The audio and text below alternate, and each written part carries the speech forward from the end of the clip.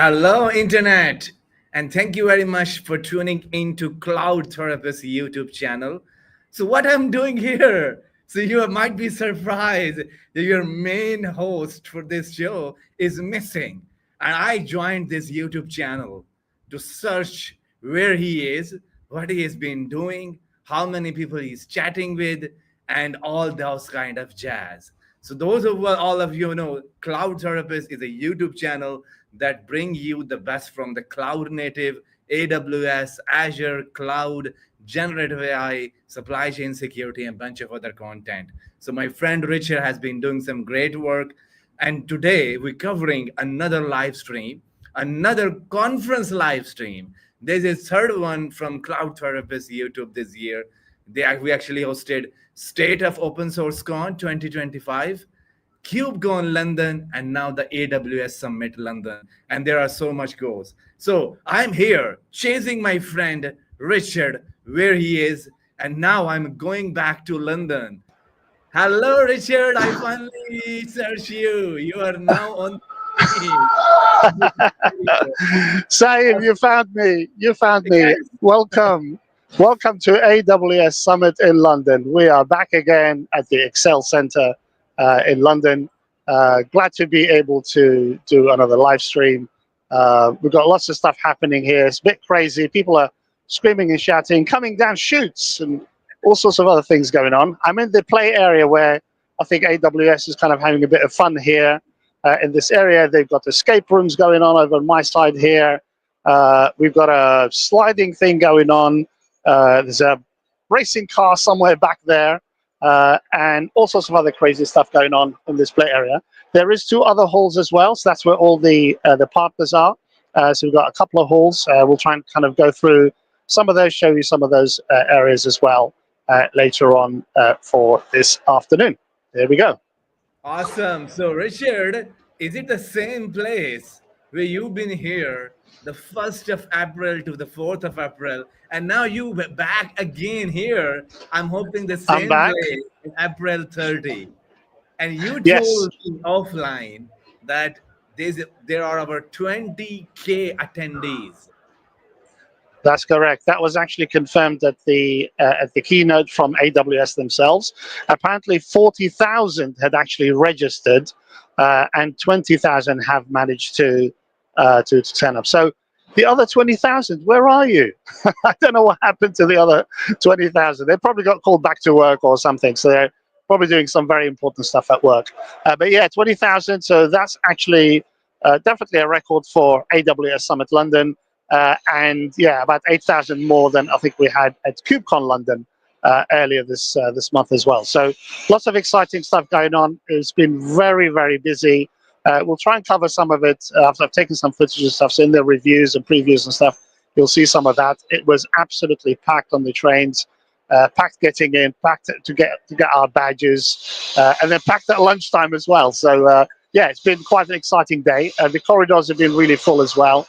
So as people are kind of transitioning between the two halls. As you know, at the Excel Center, we have halls on the northern side of the main corridor, and we have halls on the southern side of the main corridor as well. And AWS's Summit is split between those two. But this is kind of a lower area as well, which AWS actually tends to use. And I've not seen many of the other sort of exhibitions and conferences using it. But AWS tends to use it, and it's turning more into a sort of the fun area. They got, like I said, lots of games and all sorts of crazy things going on here as well.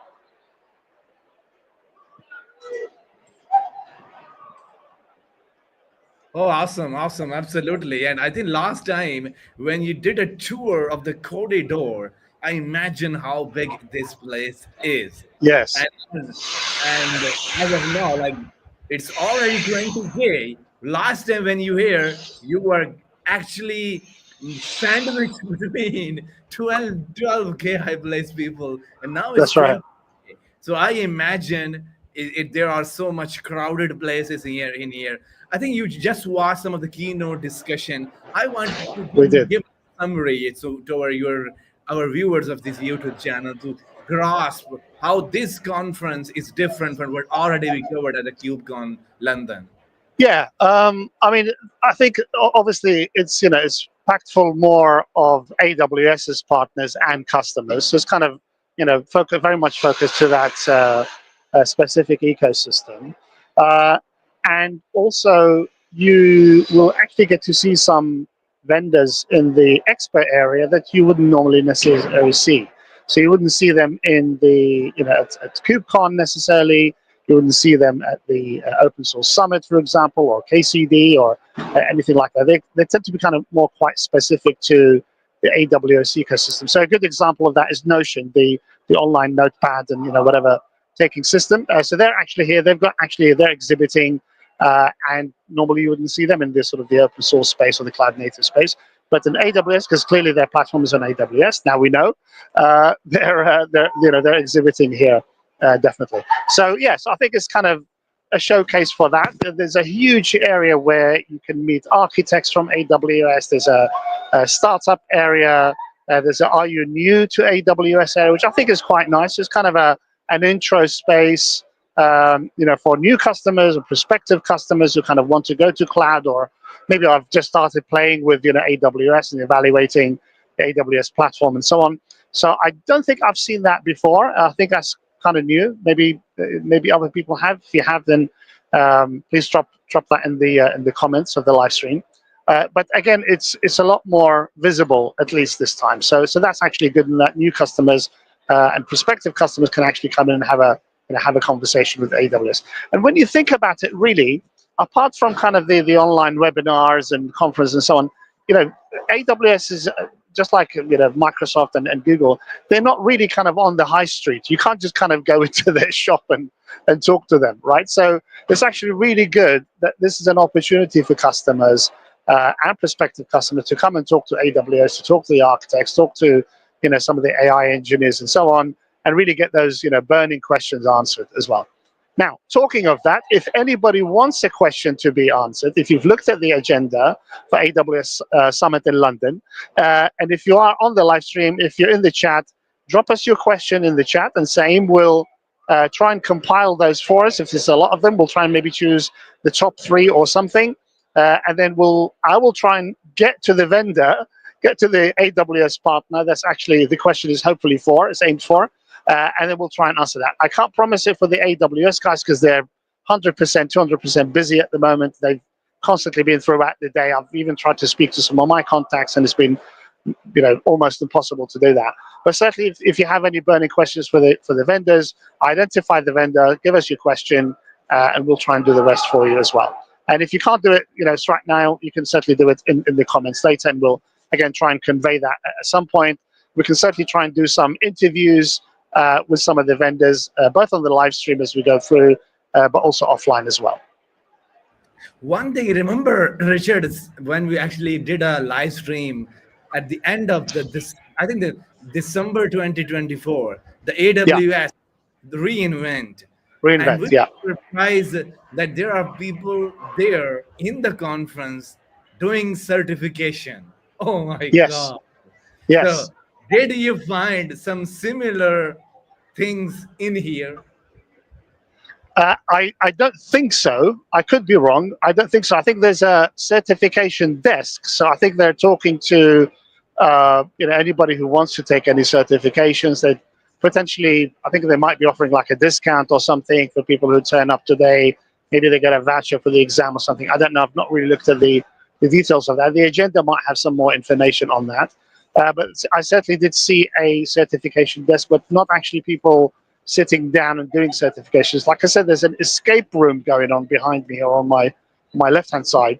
But I think that's kind of just something else that they're doing. I don't think doesn't look like they're taking an exam. They seem to be playing some interesting games there on the screen. So maybe we'll check that out later on. I don't think that's an exam that they're taking. I don't think there's any game playing in AWS certification. So yeah, but that's kind of certainly the desk is definitely here for certifications. But thanks. I think we've been last time discussing around that. We did cover AWS reInvent, and we were chasing goals. Richard, there are some things happening around you in the AWS. We should chase to see what companies, projects, and some of the expert has been challenging in this space because cloud in general is so much sophisticated. And we live in the Yeah, world where Kubernetes, containers, and LLM is now eating the world by storm. And yeah. there's so much going on. Being present in those such kind of conferences give you the synergy and synchronization of what we have been covering in the channel. Is someone reflected from the conference or not? And as you reviewing the some of the keynote, I've been seeing like that's the same discussion we have been happening with our guests on this YouTube channel, and also we've been doing it offline too. That has been great. But if I ask you to pick some as of today, I've asked you to pick one, two, three best topic that you heard today, and you think is different from what we have been chasing on the KubeCon side of the thing and some other conference we have covered this year. So, any pick list you have been actually able to tell us now? Yeah, I mean, I think obviously Gen AI is still there, so I think that's kind of pervasive across all of the all of these communities: the AWS community, Microsoft, Google, the open source, the CNCF, with things like KubeCon and the Linux Foundation and so on. So that's obviously been one of the major themes. There was lots of, I think, in the notes that I shared with you, I think within 60 seconds of the keynote, Gen AI and AI was mentioned as part of that first keynote this morning. So definitely, that is part of the conversation. AWS obviously has specific solutions in that area, so Amazon Q and Bedrock and so on. And those have kind of really come a long way. Again, I think at reInvent there was further enhancements and announcements to those. We covered those, I think, in that particular live stream. So that was all kind of part of it. It was also good to see actually customer examples of that as well. So not just AWS and kind of talking about Amazon Q and Bedrock and SageMaker and so on, but actually seeing customers come up to the stand, come up to the stage, and be able to actually talk about how they're using it and what are they using those platforms for. So there was examples of that in the keynotes this morning, which was good. So that was very positive to actually see that. So that's kind of maybe a couple of those. There's not a lot of kind of focus on things like platform engineering. I think AWS kind of tends to maybe leave that to to the partners sort of space. But there was talk, I think, around migration and automation of migration, and I think you're probably going to see a lot more of that from AWS throughout this year and beyond as well. And this is kind of an area really that normally, it's been left to the partners to actually deal with. And it's been very manual sort of process of actually doing that. I know very much that, when we engage with customers at T-Systems, when we're helping them to migrate to AWS, it's very much, something that AWS leaves to partners such as ourselves to actually help the customer to migrate their applications and workloads into AWS. So there's, I think, more support around that coming from AWS, which is good, because that means actually a lot of that sort of detailed stuff that we have to do, can be automated, and we can leverage, AWS's tools to actually do that. And I suspect you'll hear from Microsoft and Google, at some point in the future doing probably the same. So those are probably two or three kind of main things that I picked up from the keynotes this morning. The rest of it, like I said, was good examples of how customers are using the AWS platforms. Absolutely, and I think like AWS is also a bigger one of the largest in the planet Earth, the EKS and the Kubernetes, the managed Kubernetes offering provider. I would love to hear more from you back from the conference to being able to grasp what is customer has been doing now on the EKS side of things as well. That's definitely on my radar. I will ask some question. We can do a recap when you Yeah. back from this conference and receive. Yeah, definitely. Yeah, I mean, like I said, a lot of this stuff that we've has kind of been, mentioned today has been obviously kind of, part of the reInvent in Vegas, which was late last year. And then AWS also does a partner session, which I believe was yesterday. and they also do an exec leaders session. Now, I attended the exec leaders session last year. I didn't attend it this year, and like I said, a lot of it was kind of a summary really of the reInvent announcements as well. So it's kind of encapsulating some of those announcements, some of the sort of the updates to products like Amazon Q and things like that as well. So that tends to be kind of the main areas where you'll see the updates. This time there was actually a little bit more focus on S3, which we did see that in reInvent. I think when the Vogels went through, the global CTO for AWS went through kind of a history of S3. So there was a little bit of that as well for the summit here in London. There was also mention around Outposts as well. So Outposts is getting kind of racked up as well. So it's now kind of racked and stacked. If that's what you want to run, whether you run it in your data center or you run it in at the edge. Again, there was kind of updates to that, and there was a couple of customers again, like I said, in the keynotes that were actually making use of Outposts as well. So that was kind of the main things that I really picked up on. Oh, that's great to hear. Absolutely. That's very great to hear as well. I think last time we actually did talk about Amazon Q. In the AWS last year reInvent, remember that there's so much news around Amazon Q for the business, Amazon Q for the developer, Amazon Q for the DevOps engineer. That was a very theme of the pick last time around. And you told me that you can actually give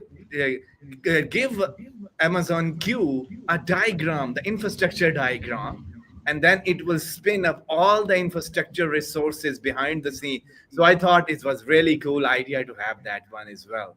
So I think we definitely be picking more voices on the Amazon Q. Seems like this is also another theme here in London talking about generative AI, removing the cognitive load from the developer and those extensibility and enhanceability for the Yeah. developer to use those kind of technology.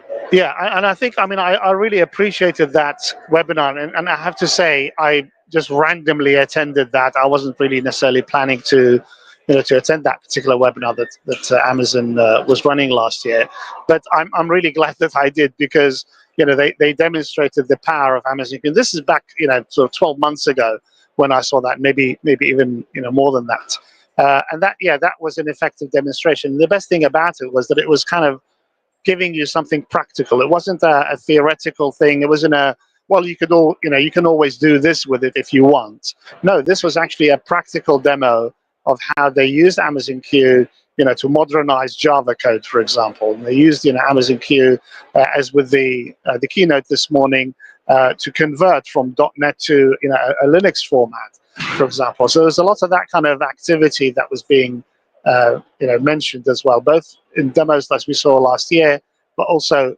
in the keynote for this morning. Absolutely, that's kind of we definitely pick up more news around that as well.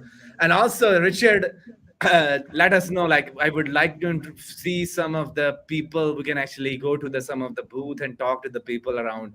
What some of the people in there? Can you little bit tell us around? Did you find some of our collective or the combined friends in this conference? Did you find some as well? And some of your previous guests on this YouTube channel, have you spotted some of those?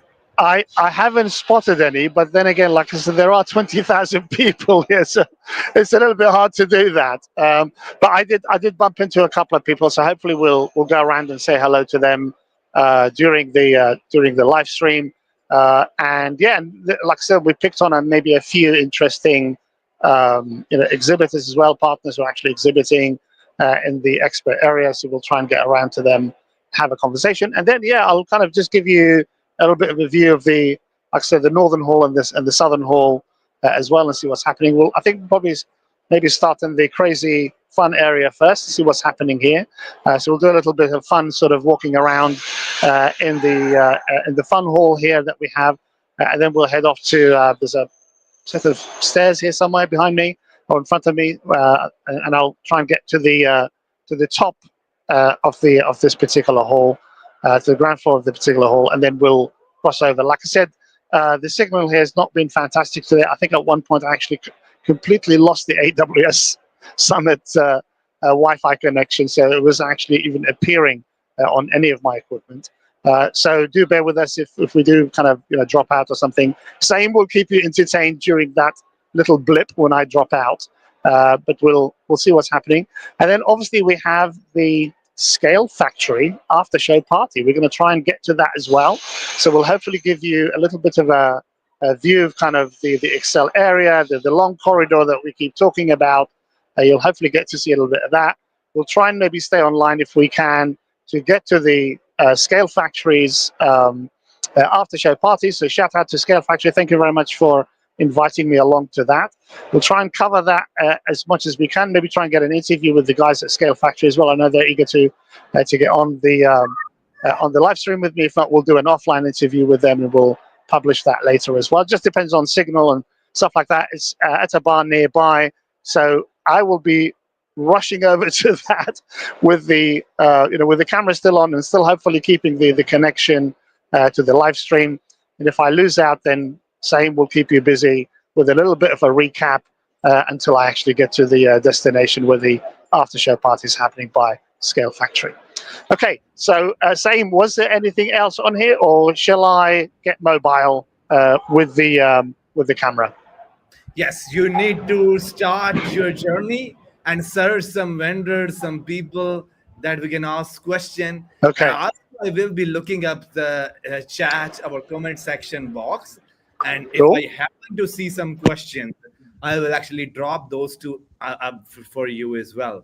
And like I have always have some question for some vendors, so that's not a worry if we didn't pick up from the comments. We never run out of questions, right? So we're always asking some questions. So yeah, definitely we'll do that. Yeah, so you can actually start searching for some people, and I can ask question in there as well. Okay, fantastic. So let me switch my camera around so you can actually see what's happening in this area. Here we go. So hopefully you can now see. Okay, so this is the so-called escape room. So these guys are playing something. They're doing something around here. As you can see, there is a leaderboard sign going on. There's people who are moderating the escape room, and they're playing a game. You can see folks are really engaged playing a game. Okay, there's a football free kick challenge going on here. So hopefully you can see that. There's folks kicking the ball. Oh, completely missed that one. Maybe try again. Can you see that same? Yes, I can see that. Oh, Fantastic. Richard, I would love to see like if you happen to try out after the show as well. Maybe I can try it out later. Yes. Okay, so that's the football challenge. While you are here in the football, I tell people for this time, I've been a Liverpool fan for ages. And for after 26 or 27 year or 28 year, they finally won the EPL title. So tons of congratulations for the Liverpool. We finally did it. We finally did it. Yes, well, I can't congratulate you, Sam, because I'm a Manchester United fan. So, oh my God. Boo, boo. That's what you're going to get from me. Just lots of boos. Oh my God. We'll have to have a think, because ladies and gentlemen, I had no idea that Sam was a Liverpool fan. This is the first time he's telling me, and he's telling me while we're live. Can you believe that? We're live streaming. So there you go. Okay, so let's move on to sports, from football to racing cars. So this is the AWS. I'm not sure if this is a real racing car or not. I think it's a mock-up or something, but it's interesting. Yeah, but it's an interesting There we go. I can So they tell have you, a I can tell people full a racing car here. backstory. Yes, I have been a very, like I'm actually talking you all the time F1. I So know, I know, I know. this is a new design for the 2026 Formula One cars that has been Yes. showing here. So these cars having new design, new engine. So I think they're skipping the Honda engine to something that the Europe based or the US based engine. Oh, So that is, oh, it's been. look, there's a whole race going on here. Oh my Wow. God! Oh, Oh, wow. Richard, you are in a Okay, very good wow. spot. Oh, there's people interested in it. They're actually looking as well. So I'm going to have a look at this, see if there's any big screens there. Let me take you to this one here, which is, I think, sponsored by PagerDuty. So the idea is very simple. You just got to make it to the top. I don't know what you get for that, but if you do, then you're maybe, I don't know, you get a prize or something, I guess. So this is quite interesting. Okay, let's see the next contestants. So this young lady here, maybe she might be having a go. Not sure. We'll see. Let's see what's happening. Okay, she's getting ready to go, I think. Uh, Here we go. Oh, oh, she'll make it. Yay. Oh, oh, don't celebrate too early. She made it. She made it. Woohoo, well done. Richard, there are so many things you need to try out after we disconnect from the live stream. Yes, absolutely. There's a climbing wall here as well. So you can do some climbing on that wall. There's Oh, people having a go at I love that. this one. Oh, I love this one. Yeah. I am a huge fan of the Oh, climbing. you're a Oh my huge fan, God. are you? Okay, well, there you Yeah. go. Oh my Look, God. look, I'll just leave it on there for you for a minute, Sam, and I'm just going to walk off and get a drink of water. Oh, sure. You can just watch that for a few minutes. Watch it with the Absolutely. audience. There we go. Okay. Oh my God, this person try out and now he actually changed his mind. Now it might be doing it Yeah, again. I don't know what he's doing. No idea. Oh, I think he's actually been some sort of the trainer or some kind of organizer, I believe. So there are some other people trying. Oh my God! I tell my KubeCon folks, the AWS Summit has some very cool ideas. We need to have those for the next KubeCon. They do. They do. It's fantastic. They've got all sorts of things going on here. Let me just go around. Let me see if I can go around so you can actually see the screen of the race. I think it's like a simulated race or something going on. So that's very exciting. I love There's so the many things. you can see the big screen on Yes, there, absolutely. Oh and yes. then there's all the drivers all Okay, being go. managed there. Oh, this is Formula One going on in a This is simulation. like, In a yep, simulation world. Oh my God. yes indeed. I need to find So out the Max Verstappen here. Who is the Max Verstappen in here? yeah, I don't know. But telling you Okay, that there is a Great Britain driver, Lando Norris, is actually in the top of the table as of today. Oh my God. Oh my okay, God. wow. Okay. Um, all right. So that's kind of the main play area. I don't know what they're calling this pavilion. I'm not sure if they have a actual name for it. But there seems to be lots of play space around here. So we're going to go up these stairs and then head off into one of the expo areas. As like I said, the expo area is divided into two halls. Mhm.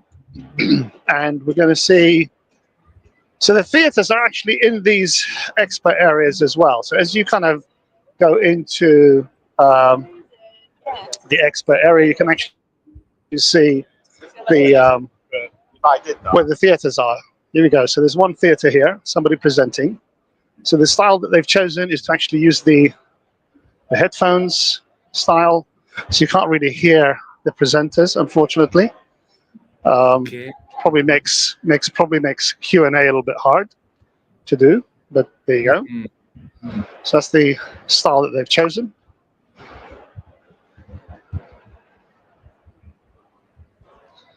So that's one of the That's one of the theaters there.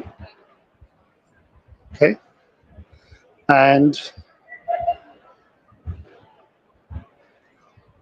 so AWS has gone legit with their own on-air TV channel or YouTube channel. I don't know what they're doing. I don't know where this is live streamed, but they are holding their own interviews and they have a full studio going. So same, we have some competition. Oh yes, absolutely, 100%. As you can see, they have presenters, they have But pro I'm thinking, cameras. yes, I'm thinking it might be not a live interview, but these are some sort of the recorded interview. So we're giving them a real world experience for the conference. So we are winning. We are Well, winning I big think, time. yeah, I think they are live streaming because they did say they were live streaming. However, Okay. what they're not doing is walking around as we are, Yes, yes, right? That's the absolutely. thing that they're not doing, right? So we are the only ones who are actually walking around, and they're certainly not covering the after show party either, whereas we will be doing that.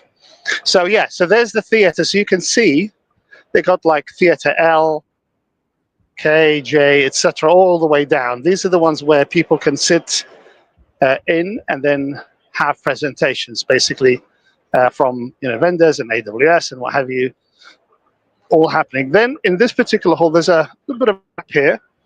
I think it's where they were serving lunch and so on. More theaters on this side. So obviously what we tend to do, same on these live streams, is we try to really bring our audience into the conference that we're covering. We don't just Yes, sit there at a desk and have the guests come to us and all under studio lights and posh cameras and so on. We tend to be right in the middle of all the action. We get absolutely. told off for, trying to ask for an interview. Sometimes people say no, and sometimes people say yes. But the point is that it's always live. Everything's live. Everything's happening as it's actually happening in real life, right? That's the important thing. So there's the exit for the from the northern hall. So we will be heading towards that. But let me just try and see what else is here. I think the rest of this area is all just theaters. Okay, they've, I think, sectioned off this area. There's some relaxation area. That's the other thing that they haven't got a great deal of, actually, is the sitting down area. These things are like gold dust. Unbelievable. I can't believe nobody's sitting on this desk right now. Maybe it's late in the afternoon, that's why. But come lunchtime, there wasn't a single place here to sit down. Everybody was sitting on the floor and having their lunch. So AWS, just a bit of feedback. More seats next time, please. Yes, Okay. absolutely. So this is, like I said, the northern side. Now I'm going to change over to the southern side, where the southern hall, where I think a lot more exhibitors are located. And I think that side, was I right? Yes, that side has actually got more exhibitors as well. And I think I'll find another hall. There's a third hall somewhere, so I'll try and find that as well. But you can see the corridor area here. This is the entrance. This is North 9. So what they've clearly done is they've opened up a whole bunch of these halls together. So this is the exit area. Now I'm dreading that the signal here is not going to carry from one hall to the other, so you might lose me. I will try and do it quickly, but I think I will. The access point will need to switch me over, and when it switches over, it's not very seamless here, unfortunately. So that's feedback to the Excel Center organizers. They need to have access points that smoothly transfer you from one AP to the other, but they're unfortunately a little bit slow, so you might actually lose me now. Okay, so wish me luck. I'm going to go now into the south hall there, and then let's see if we can continue on the other side. If you lose me, then yeah, just carry on talking, and yeah, give it a little bit of a summary of all the keynotes and things like that. Okay, here we go. Awesome. So I'll keep on talking as long as I can. Wishing you best of luck while you're moving in here. Thank and you. There are so many people in here. Good. Thank you. Oh, good. Here we go. Good. Oh, as expected. Oh, yes. Some glitches and now you're back again. Good.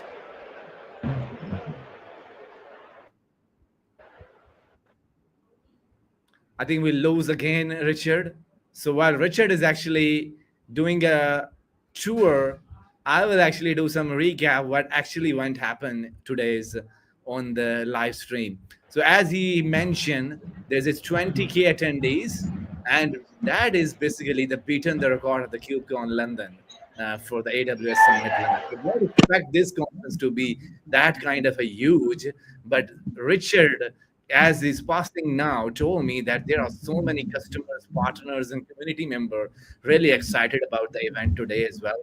And as Richard actually reaching out to some booth, I would be interested to see some of my companies that we actually did some interview in the past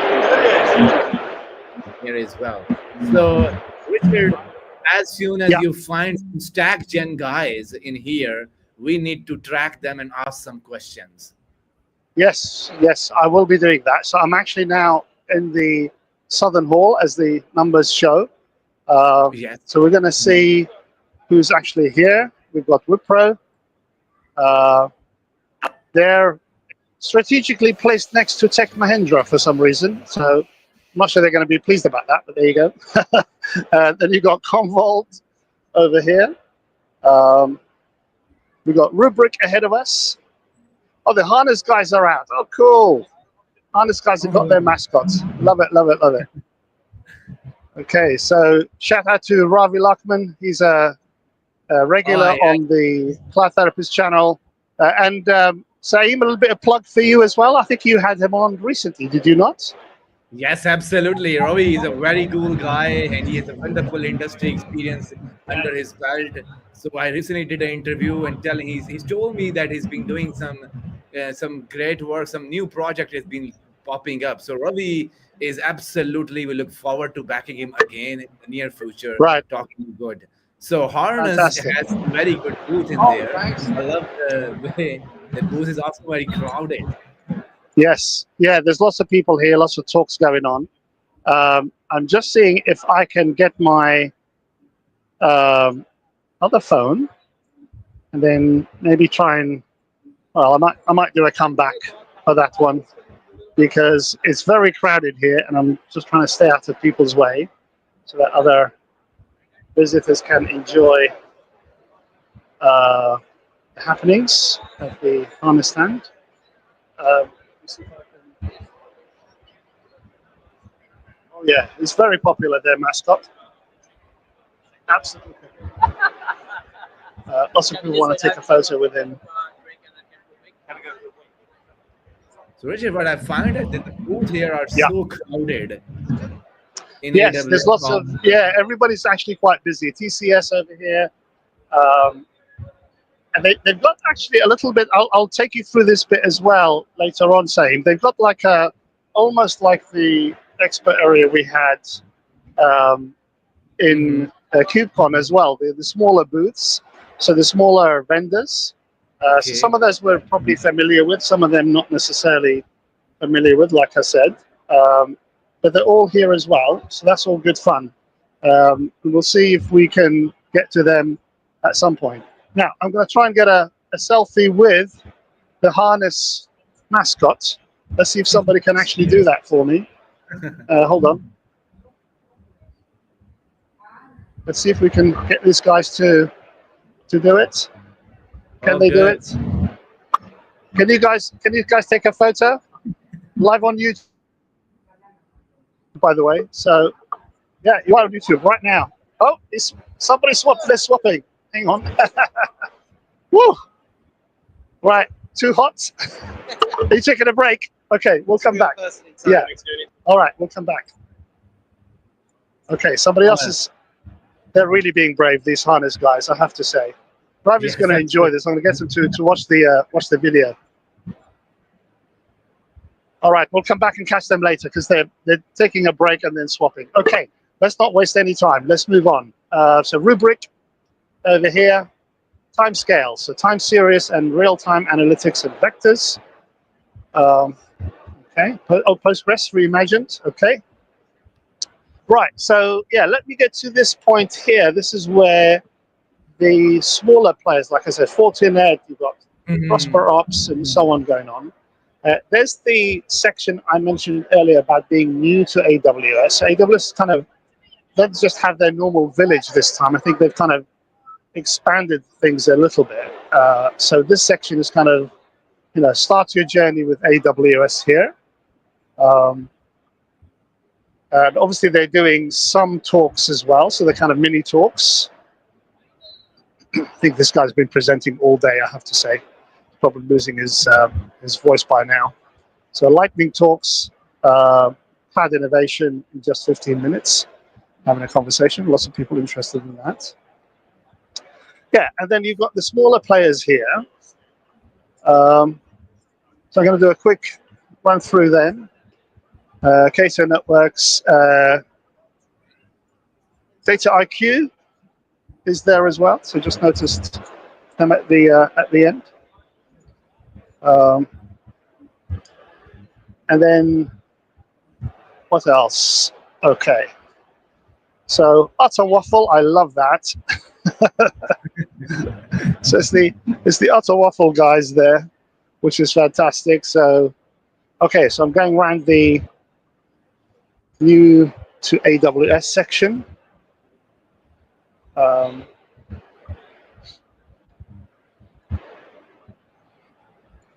All right, and then some more of the exhibitors. Like I said, so not everybody here is from our sort of normal cloud native and open source space. The only interesting ones here is Weaviate. So I'm familiar with Weaviate, and they seem to be quite busy having some discussions there. Confluent is here, Local Stack. And there's Notion, as I mentioned earlier. Notion is actually here.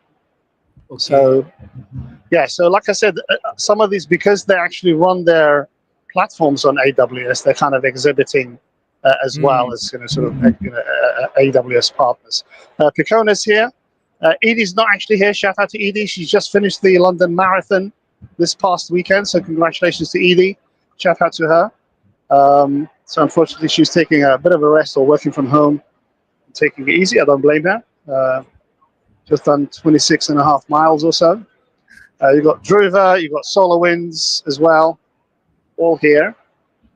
And then some meeting rooms in these areas. People like Datadog, Anthropic, and various other ones have been holding meetings here. So that's all part of the smaller exhibition area, the expo area. And then you've got the AWS Village itself ahead. There's a focus on industries. There's a pavilion for industries. And there's some more vendors in the... wow, okay, so this is a massive queue for... I don't know what this queue is for. I think they're maybe getting something from Postman. Oh, so Postman is giving out something. Oh my God! Yeah, Postman is giving out something like coding without a keyboard. It says. Okay, that's their tagline. Oh, they're doing a spin the wheel something going on there. There's a spin the wheel. Okay, so that's what they're doing. It's a decent line, decent queue of people. Let me just see if I can just break through this queue. Thank you. And then on to infrastructure as code orchestration platform from Spacelift.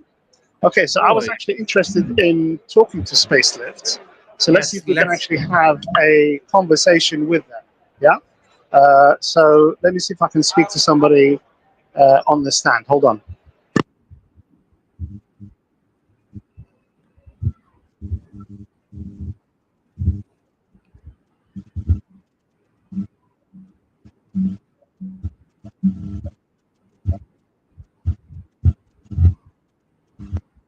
We've got Spacelift.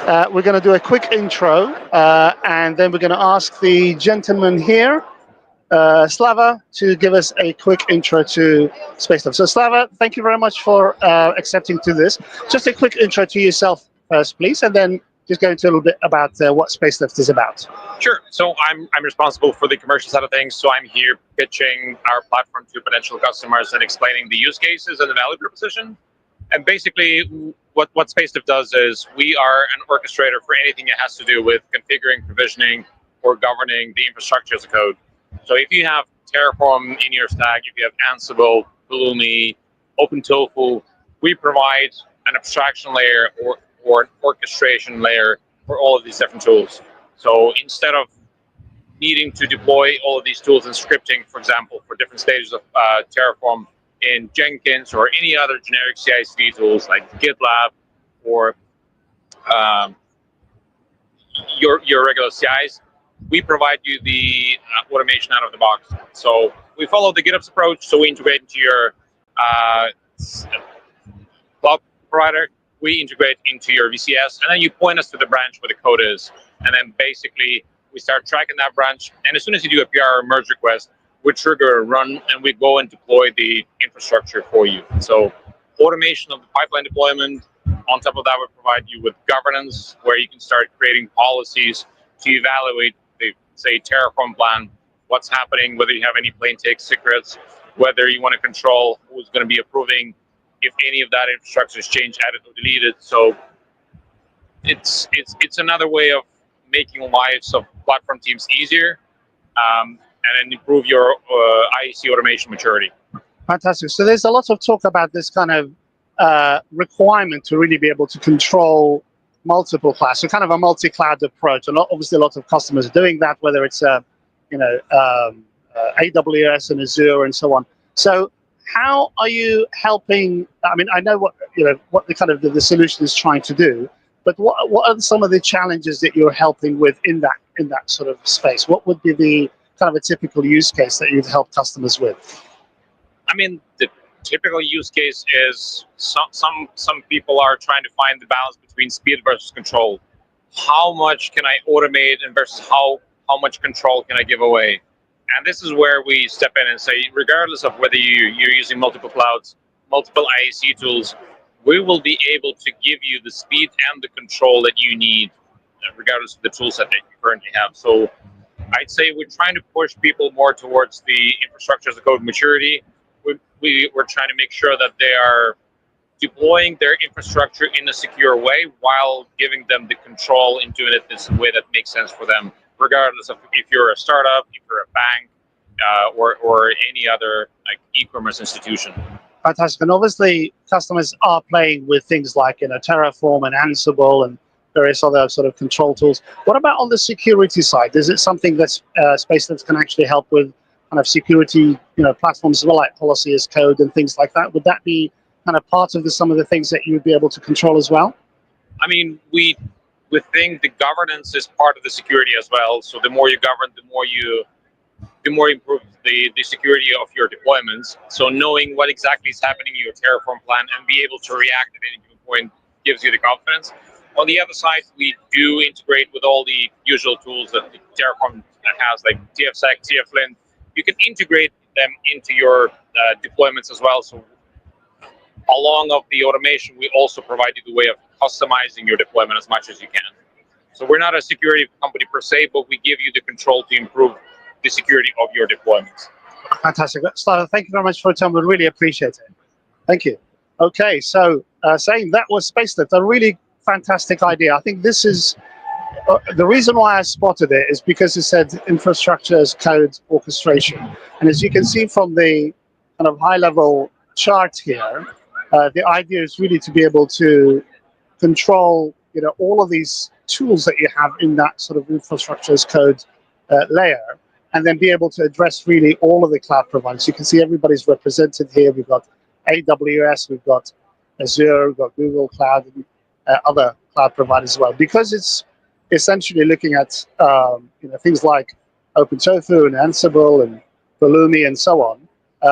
It's able to actually control all of those. So probably one of the other tools in that super cloud space that I've been mentioning as well.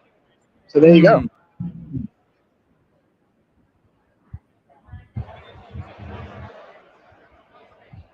Yeah, so that's a very interesting tool. Okay, yeah, I was planning to talk to Postman, but like I said, they're quite busy at the moment. There's a bit of a queue going on there, so we'll maybe skip that and then move on. Stack Guardian are actually here. So let me see if I can catch the guys at Stack Guardian. They're on this row here. So we've got Grafana Labs. We have Sport. I don't know what they do. Starting with, what does it say? Starting with Port is simple, fast. Oh, Port, not Sport. Beg your pardon. Okay, so, okay. Oh, here's Stack Guardian. Okay, let me see if the guys at Stack Guardian are available. Just to show you here the pavilion and then the AWS villages beyond that. I'm going to try and go to the AWS village and see if I can spot any familiar faces there. Maybe we can catch somebody from the AWS folks. Okay, let me see if I can speak to the Stack Guardian guys. Just bear with me for a second. Sure, sure. So while was Richard interviewing some previous company in there, so I really like the facelift approach for orchestrating the underneath tooling around that as well. So I hope we can dig a little deeper in the near future what this team has been doing. Fantastic. So same, I have Stack Guardian with me. We have Frank Bergman.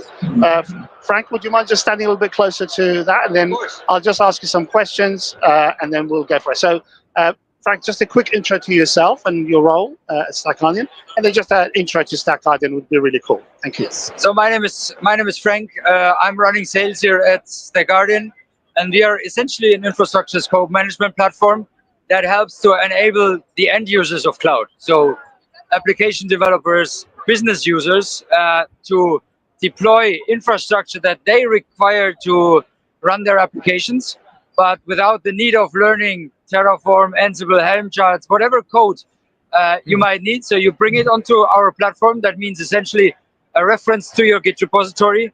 You create self-service templates on our platform, which is the wrapper around your code. And then we provide that no-code interface that actually everybody understands to use, because it's nothing else than filling out a form of drop-downs, of multi-select fields, or sometimes text fields. We try to avoid that, of course, to deploy infrastructure. Essentially, it's like you order a car that is super complex when you build it on your own. Nobody would do that if that's required to drive it. But everybody, of course, wants to have it, and wants to have it in the correct way, compliant to your company, to your regulations of the country, all security features built in. So all of that is baked into the templates, so that essentially it's super hard for anyone using it to do the wrong thing, but it's super easy to do the right thing. That's essentially what we do. Fantastic. And obviously it's kind of an easier entry point to some of those platforms as well. Some of that complexity that we see in cloud native space, some of the complexity we see in public cloud solutions, so on. You guys are kind of sitting on top of that, giving that sort of governance, giving that overall control, and then being able to deploy not just to AWS, of course, to multiple clouds as well. Yeah, our customers do that for simple things like, I want my users to spin up EC2 instances on their own, to spin up whatever S3 buckets, but it goes as far as, I want an SAP developer, go into ServiceNow, give me 5, 6, 7 lines of information, and on the back, it deploys a HANA instance ready to log in. So running 15 Terraform modules, a lot of Ansible scripts, and then after whatever it takes, I think roughly 1 hour to do that, to spin it up essentially, and then it's ready to log in after he had his lunch. Fantastic. So, I mean, I class you guys in that sort of super cloud area. I think that's what you're essentially trying to achieve with super cloud. So, yeah, thank you very much, Stack Guardian. Thank you very much, Frank. Really appreciate your time. Thank you very much as well. Thank you. Thank you.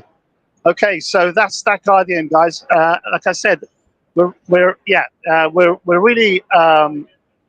really, like I said, in that space. You can see the difference between kind of what Stack Guardian is doing and the conversation I had with Spacelift. Spacelift is kind of, focusing a lot more on just the automation tools, the infrastructure as code tools, whereas really Stack Guardian's way above that in terms of the hierarchy. Now, I have the yes, Suyash is, InfluxDB. Okay, InfluxDB is here. They want to have a chat as well, so we're going to do an impromptu conversation with InfluxDB. Here we go. So quickly intro to yourself and a little bit about InfluxDB. Sure. Hi, so I'm Suyash from InfluxDB. I'm a developer advocate. We're a time series database, and we're really excited to be here. We have a very close partnership with Amazon, AWS. We're also on the AWS console as time stream product. So yeah, we're excited to be here. Fantastic. So what's kind of happening in that space? What are customers telling you about sort of InfluxDB, how they're using it, and what are some of the main challenges that you guys are fixing for them? Sure. So we are a time series database, a leading time series database. It's open source. It's available for people to download, run it, MIT license. They can run it on the cloud. They can deploy it locally on-prem.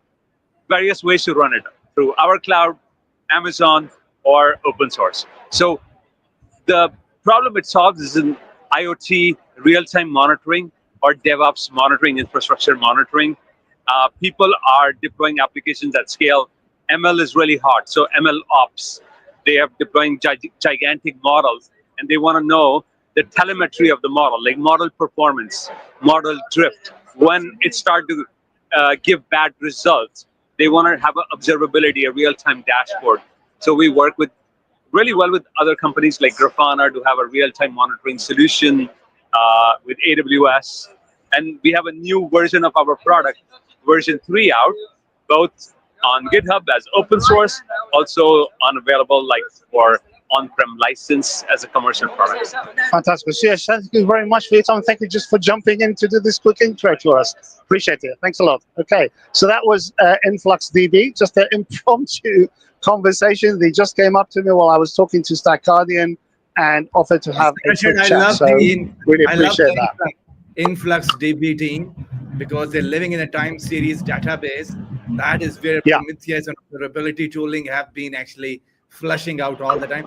We might need to pick this guy again in the near future to talk in more detail about the product they have been developing, because we'll connect with him definitely, and then we will do that. Yeah, absolutely.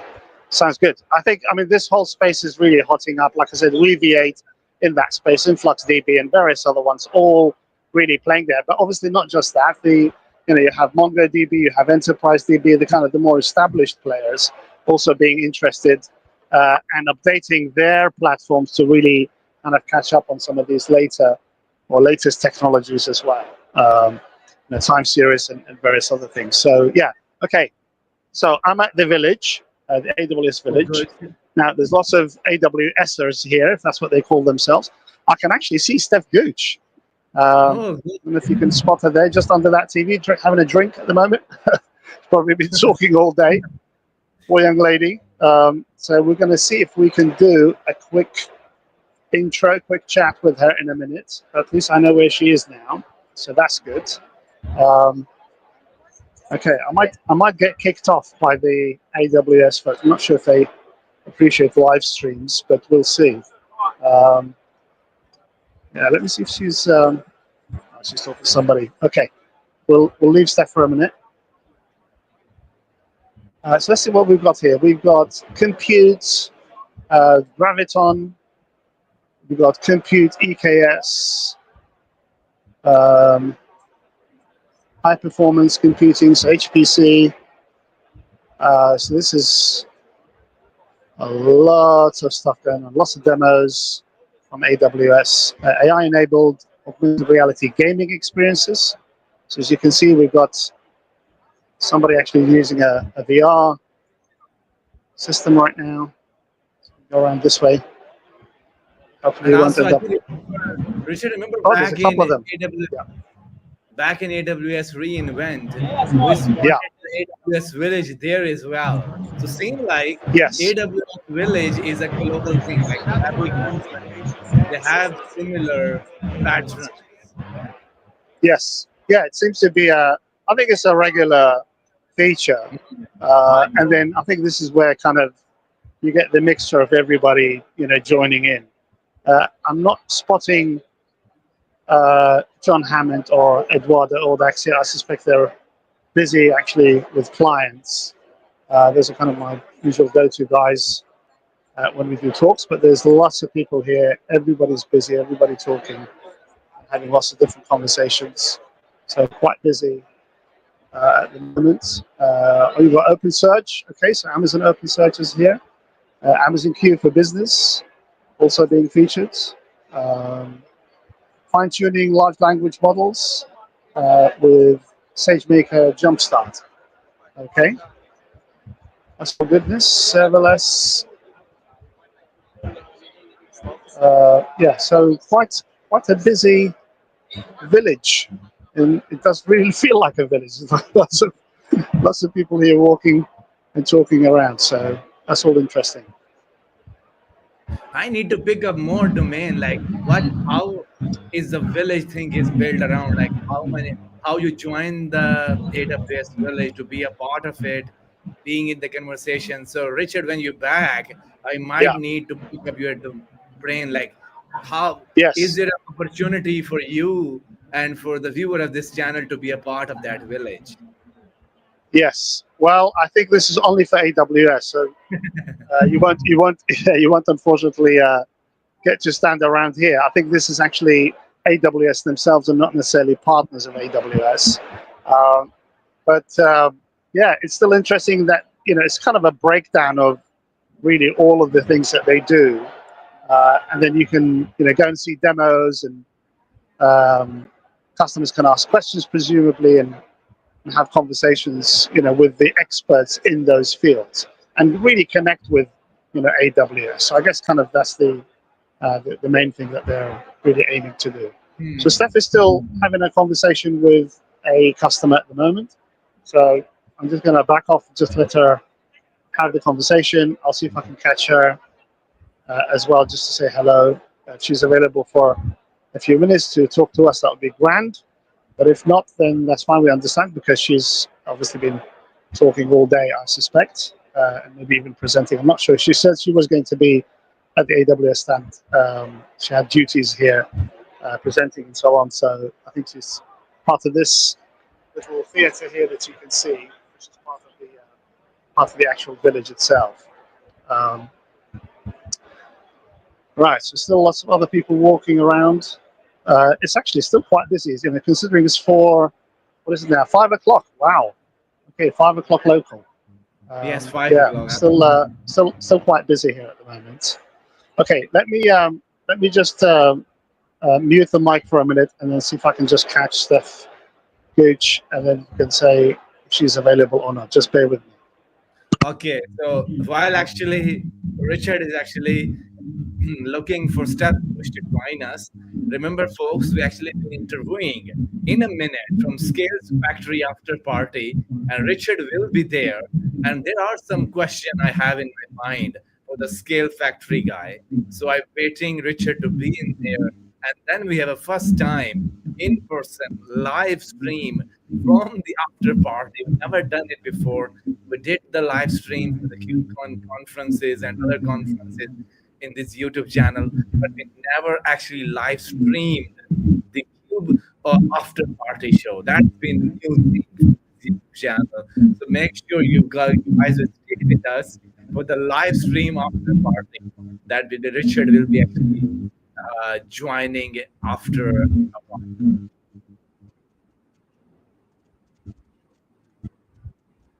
And also, Waiting here, guys. So just bear with me for a few more minutes. Sure, Richard, you keep chasing one, and we will see like how we can actually, if Steph Gooch able to join us today, and we have some questions to ask today.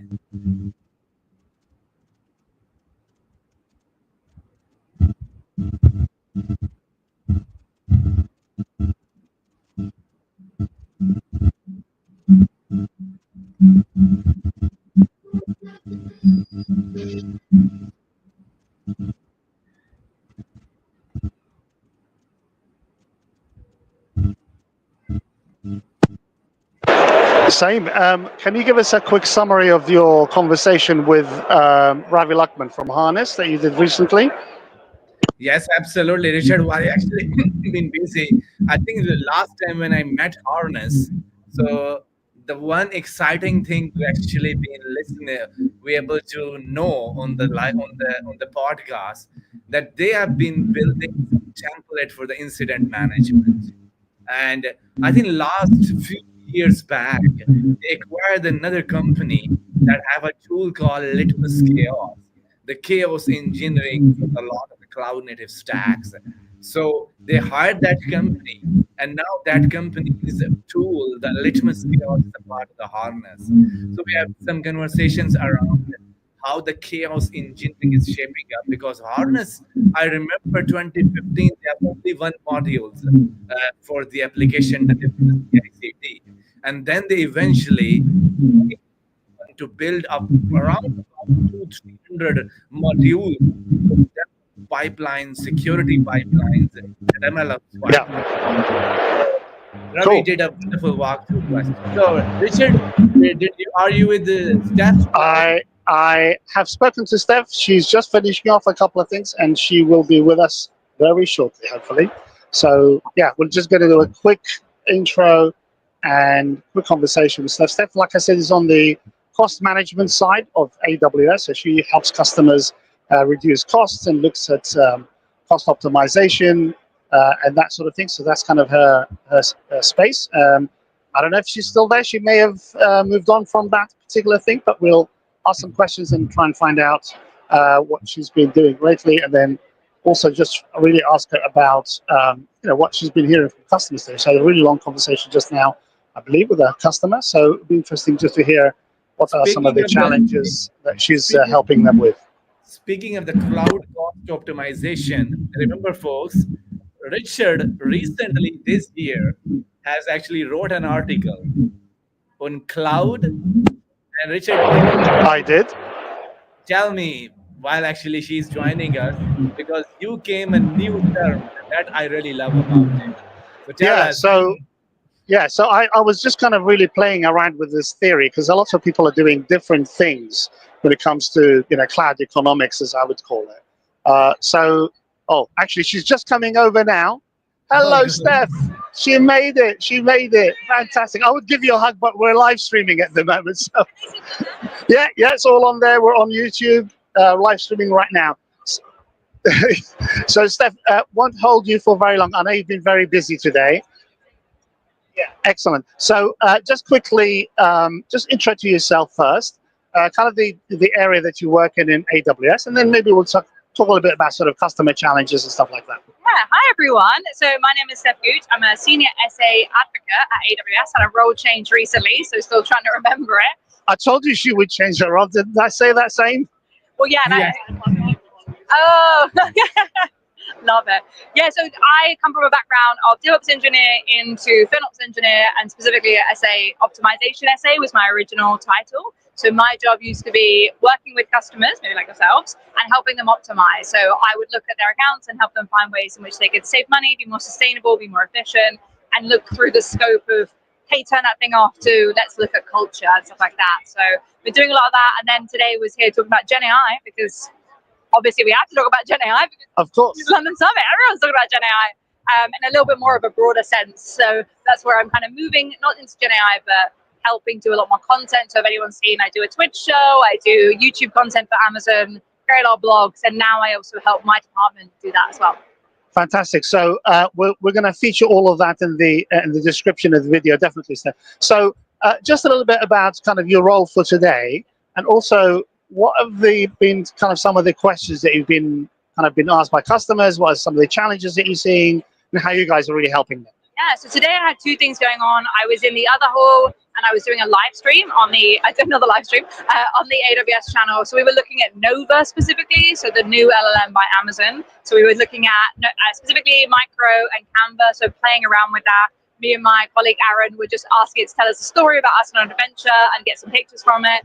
Bit of fun, especially for me, someone who hasn't come from a knowledge of AI. I think a lot of us, that's what I was just talking to the colleague, the gentleman about, was how we're kind of thrust into using AI at the moment, and we're all kind of used to it, but we're almost going backwards because we're having to be very specific about the way we engage with it, and it's just an interesting challenge how we're all going to be forced to do that. And I was just doing a talk on bias in Gen AI, so how we see it, how we avoid it mainly, and there's a bunch of different tools that we can use to do that.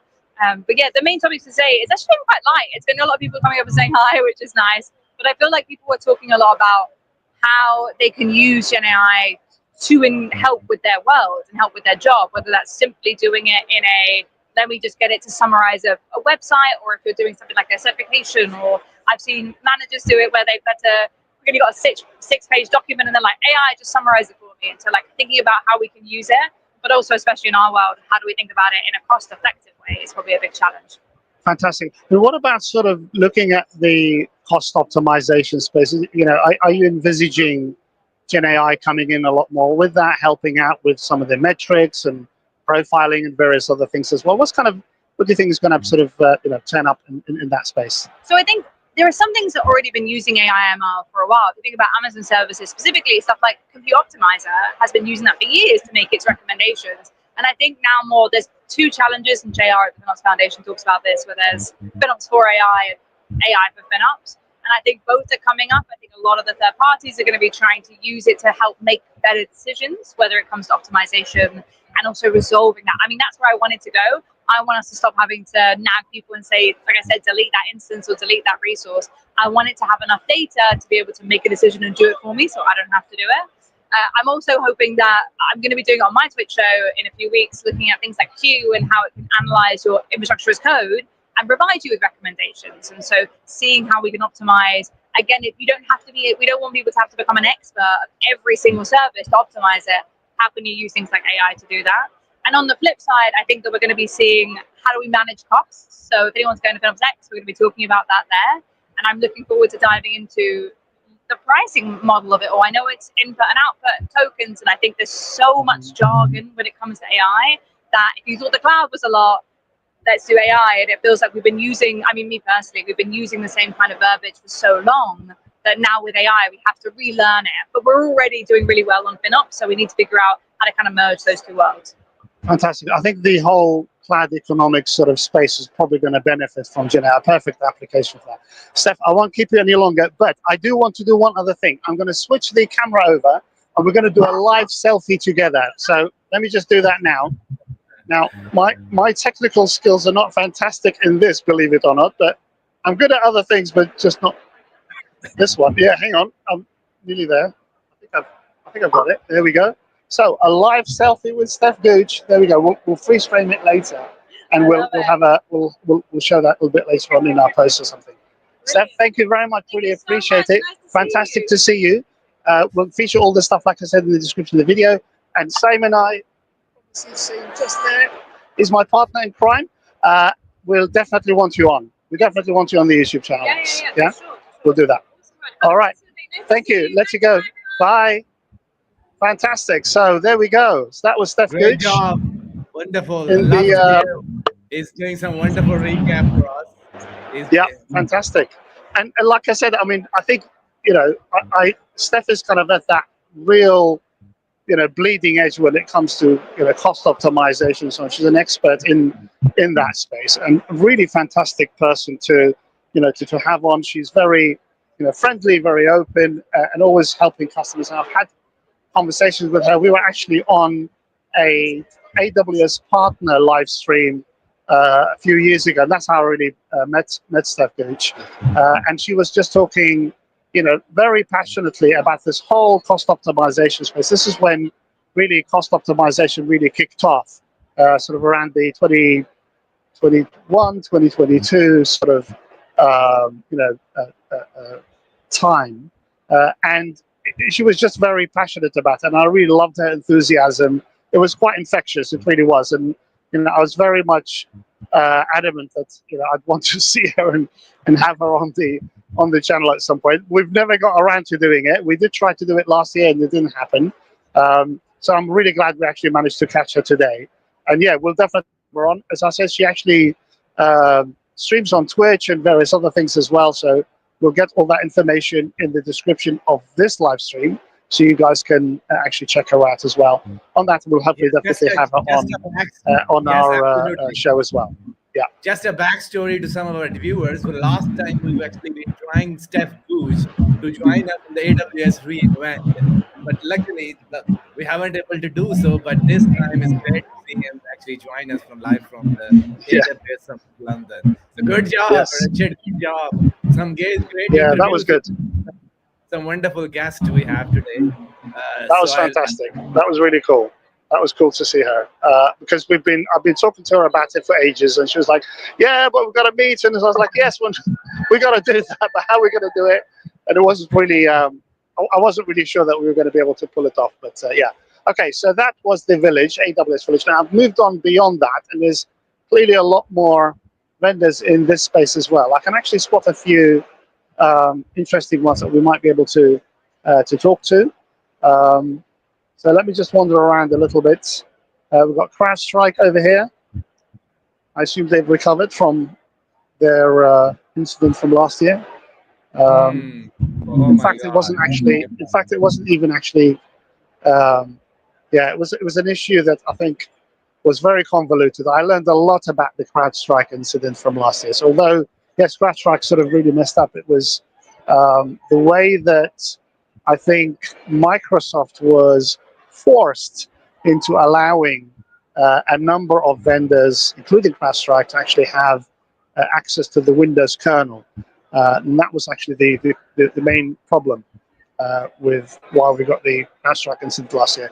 I've covered this a lot on the channel, and we've spoken about it, you and I believe, same as well. So Yes. lots of stuff. I think we did a review of incident, definitely. We did. I think We I did. remember we Yeah, did a we did. review of incident last time. And I think back Yeah. then you told me that's why the EBP episode had Yes. Yes, indeed. Yeah. So I think it's yeah, I think that was quite an interesting. It was really good to actually find that extra information, extra detail, and I came by it because I was listening to another Windows show on YouTube as well. Yes, as you can see, here's another example of like a customer, an AWS partner, Workday. So again, not somebody that we normally see in the cloud native and open source space, but they're clearly running their platform on AWS. So they're exhibiting here. And Kong, somebody we know, API management, API yes, gateway service stuff. We're quite familiar with API Kong. gateway. Yeah.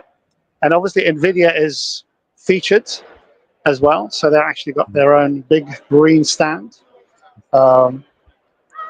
So they're actually exhibiting some of their stuff. I assume they've got some of their technologies.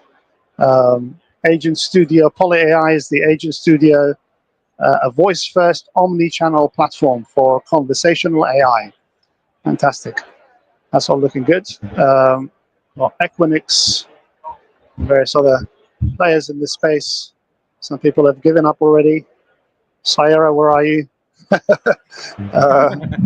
Okay. Oh, who's actually? Let me see what this theater is. Interesting box cube above the theater here. Oh, this is the AWS and NVIDIA theater. Okay, Gen AI Pavilion. Okay, some more conversations going on here, more presentations. Let's see if we can. Unfortunately, we can't hear the presentations. They said they've. It's all using these headphone things. So, but okay, it's talking about AWS modernization, continuous modernization. We've got Sneak over here. Oh, Sneak, good one. Oh, I know them from they have some good tooling.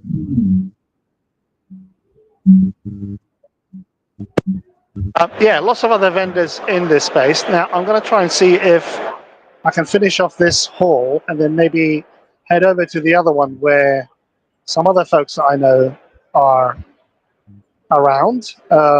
See who else is here. We've got Slalom, we've got Boomi. Actually, Boomi have put out some really good papers from last year and into this year. If you guys want to look at some AI papers, introductions to Gen AI and agents and things like that, go to LinkedIn and connect with Boomi. They really do put out some really fantastic stuff. I've learned a great deal from the documentation that they put out. Okay, we've got Datadog, and Datadog was one of the bigger sponsors this year, so they're around as well. Got Cockroach DB. Hope they're not too infested. Cockroach, get it? Cockroach, haha, very funny. Okay. I can see NetApp. Okay, so let me see if my friend Alex is hanging around with NetApp. Let me see if I can find him in a minute. Let me just take you around this way a little bit, because point 5 is here. Oh, good. Point 5. Now, why is point 5 familiar to me? I don't know. I can't remember. Somebody was talking to me about point 5. Yes, I think yesterday we spoke about the same thing. Yeah. Yeah, what were we talking about? I can't remember because I've had so many conversations trying to set this up. I think point. I literally doesn't know what they actually been doing in this space. But the conversation around the whole idea of the security, I think, oh, look, from the security space. Look, it's booze time. Look at this. It's booze time. We've got drinks going. Live on YouTube. That's the base 10 guys. Okay, Circle CI is here as well. I'm going to have to try and remember what point 5 was about. I think did we not talk about it yesterday, you and I? Same? Yes, we have been talking about yesterday. But literally, okay. I miss like what they've been doing, like what their actually elevator pitch is, and what we're talking about yesterday. Right. But we have the conversation yesterday. Yeah, I really wanted to speak to NetApp because they're doing some great stuff in migration. Unfortunately, my friend Alex is not here. Oh my God! He's managed to stand me up again. So Alex, if I don't see you later, if I don't catch you, you owe me an interview, I think, or two. I'm going to try and maybe talk to him at some point. Let me see if I can. No, he's definitely not around. So yeah, okay. Let me see what's happening in the other hall, and then we can maybe try coming back to NetApp here. I know where they are. So I've got the receipts. This is South 7. Okay, cool. We can do that. Okay. All right. So, okay. So yeah, good interview so far. Good kind of mixture of vendors here. I love your hosting style, Richard. You are getting pro every Thank you. conference. You're getting pro. Thank you. For somebody who's been doing it a lot longer than me, I'll take that as definitely a compliment. I need all the compliments I can get. Look, even SAP is here. Unbelievable. Okay, well, we know SAP is fully in AWS now, so customers can go to AWS, put their SAP stuff in AWS. That's for sure. Oh, look at this. Anthropic is here. Fantastic. Wow, I didn't know they had their own stand. This is cool. All right, Claude and AWS. Obviously, AWS invested in Anthropic maybe about a year ago or so now, I guess. So we've got Anthropic actually have their own stand, which is fantastic. All right. Okay, maybe we'll try and see if there's anybody free we can chat to. Anybody available? Not sure. We'll see. What are they doing here? So they're demonstrating Claude and AWS, I guess. Okay.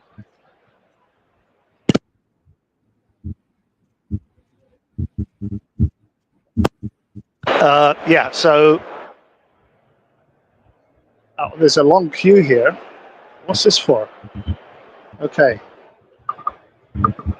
Usually the long queues is for the book signing, but we see. Yeah, I don't know. I don't know what they're getting here. No idea. Something going on. Let me see if I can ask these folks. What are you guys queuing for? A book. Ah, book signing. Okay. Do you know who the author is? It's more of like a notepad. Okay, it's a notepad from Anthropic. Okay, right. So they're getting little notepads. Okay, cool. Okay, I suspect it's got some good information in it.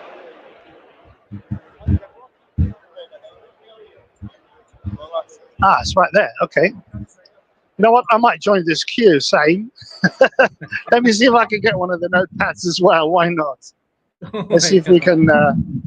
It's actually moving quite quickly. So let me join these gentlemen right behind these folks here. Here we go. It's only going to take a couple of minutes. I'm sure our viewers wouldn't mind. Oh my God. Live queue. First time live streaming a queue where people are getting a notepad. Now, I hope this notepad is not empty because I'm going to be really gutted if it is empty. I hope there's something in it from Anthropic. Anthropic's not just giving out an empty notepad. Oh, is Well, it the queue moving is moving on quickly? quite quickly here. We're doing really well. They seem to have lots of those notepads, so I think we're okay for a while. I'll hold the camera this way so we can point you to the Anthropic stand.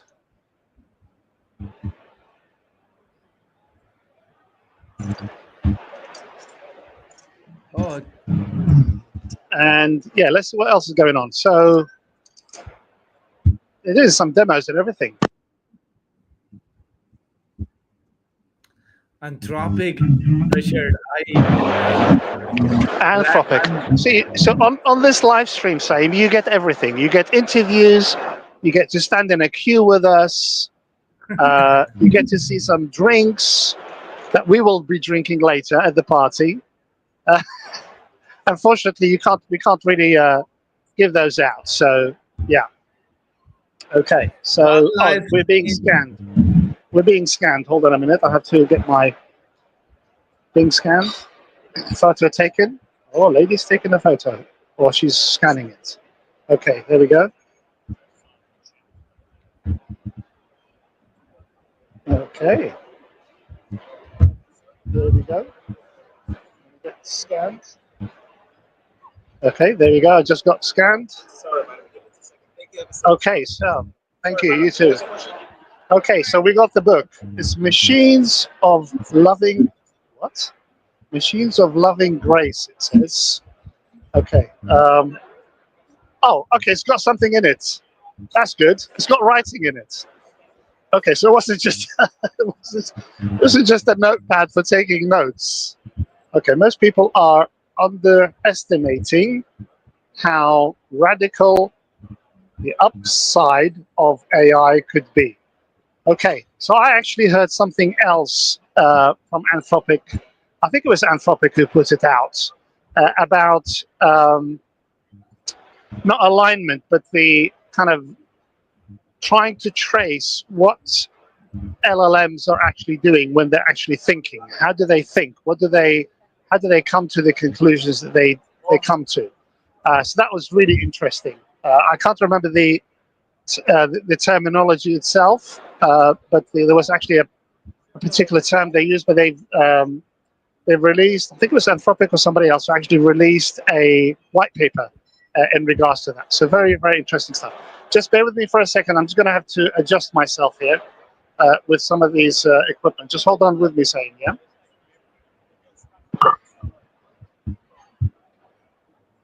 yeah, sure, Richard. I agree here with you.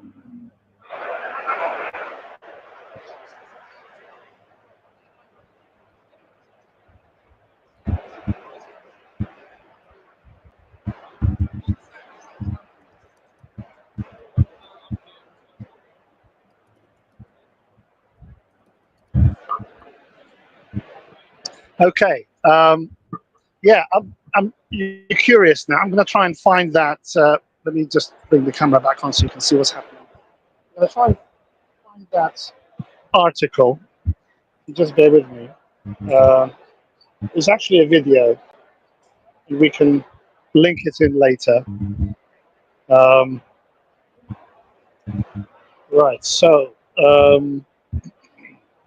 because it was really, really important.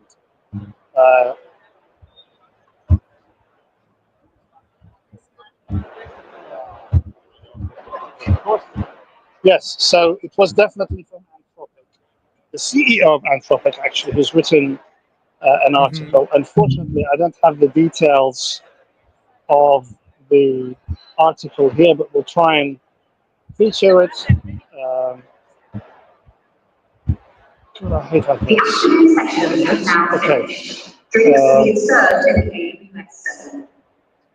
Okay, let me see.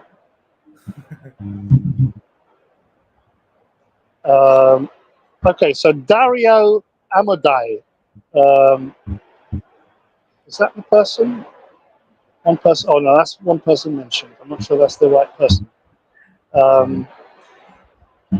Now, the article is supposed to be in here, but this is really cool. This is all about how LLMs actually think, and what are we seeing when the LLM gives you an answer. So when you ask an answer to ChatGPT Okay. or Claude, what is it that you're getting? Are you getting exactly what it thought, or it's just giving you an answer of the thing that it was thinking about?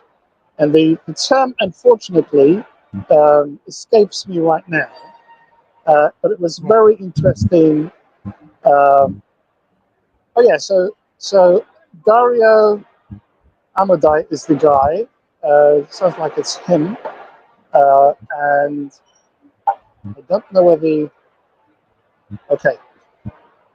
Oh, here we go. So the article is called "The Urgency of Interpretability."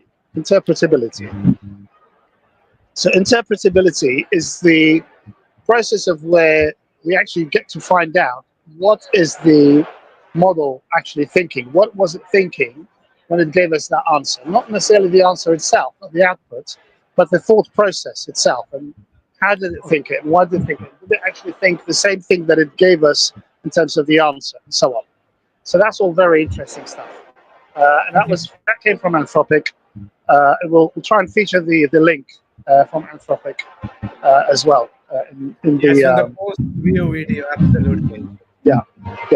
Okay, so it looks like the zone theatres for the north have actually closed off there. So I think this is the only open area. Let me see if there's actually more spaces open still. Because I thought that other side was also open, but it looks like that's been closed off. And seems like the internet works today perfectly fine for us. Yes, it has. Yes, it's been quite good today. Yeah, we've been Yes. quite fortunate today.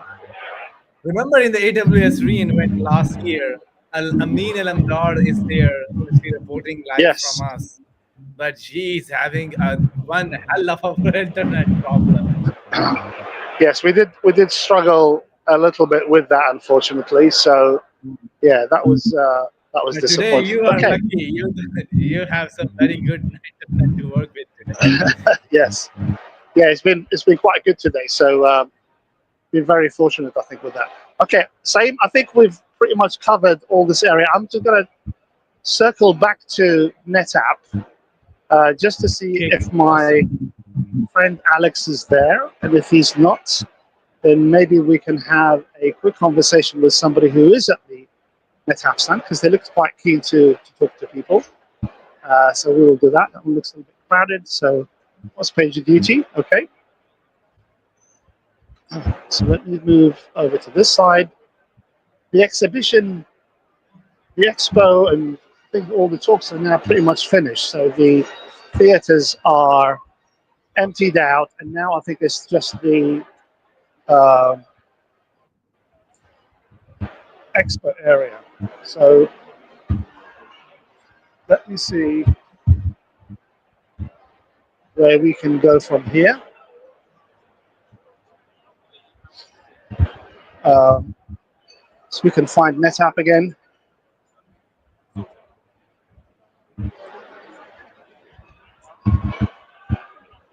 Okay. While you actually do searching for the NetApp, Yeah. but have you Yeah. done some interviews with the NetApp folks in the past, I like some haven't. So we've been planning to do that for about a year, and it's not Okay. really happened, unfortunately. So I think it's just been because I've been busy with other things, and they've been busy with things as well. But it's still on the list of things to do. Oh, there's a live band now. I don't know where they are, but I can see the on the big screen. I can see maybe on the big screen. They're right there. Okay, their NetApp is in my direction, so let me see if I can head there.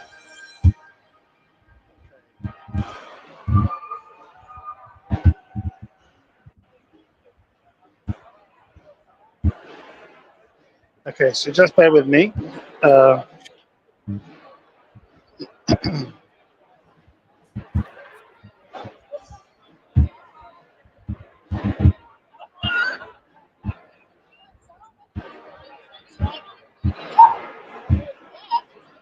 so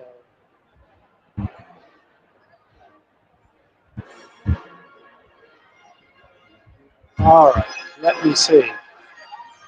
Oh, Alex is still not here. Unbelievable. Okay, Alex, you've stood me up. I can't believe it. You owe me an interview, Alex. He's not here. Okay. Yeah, unfortunately, I can't send him a message right now. So my other phone is dead. So, but I will have to switch this over into a charger as well shortly. Yeah, I'm not seeing anybody NetApp that's is available right now. So we may have to skip NetApp for this one. And what we need to do is go to the after show party. I think that's the next thing we are going to head to, Same. So Oh, yeah. what I suggest we do is that I grab all my stuff and I will come back online again. I will just go offline for a short while so I can grab my stuff, and then you can do a quick summary of the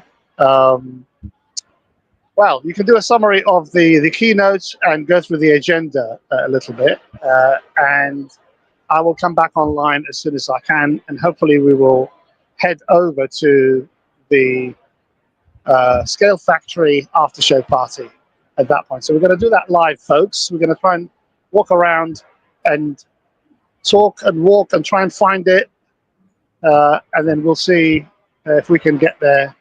And we'll see if they'll let us in. that's the other thing. Yeah, Okay, so yeah, there's the live band on the big screen here. While actually if we able to disconnect, I have some very good news to capture. So I will share with some audience as well. Cool. Okay, so I'm going to try and stay online for a while, but I will have to switch over at some point. So just bear with me for now, yeah? Okay, there's the band. All right.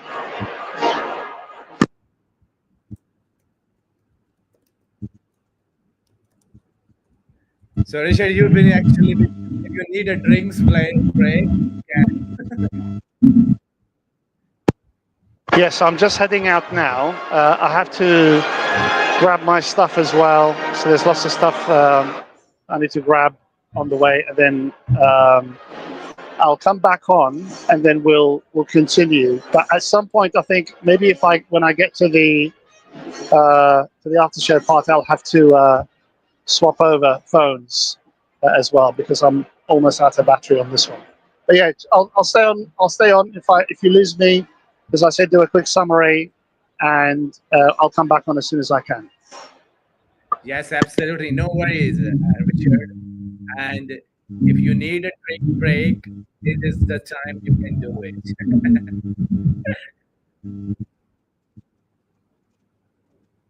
So Richard, while actually Richard might have a. Yeah, I can still hear you. So yeah, carry on. Okay, you are with us. Okay.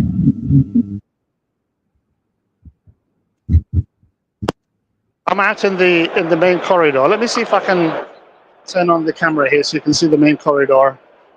Like I said, because the connections here not very good when it hands you over. Leave the building, leave the Excel Center. I will try and do, but yeah, no guarantee that it will stay on stay online, unfortunately. So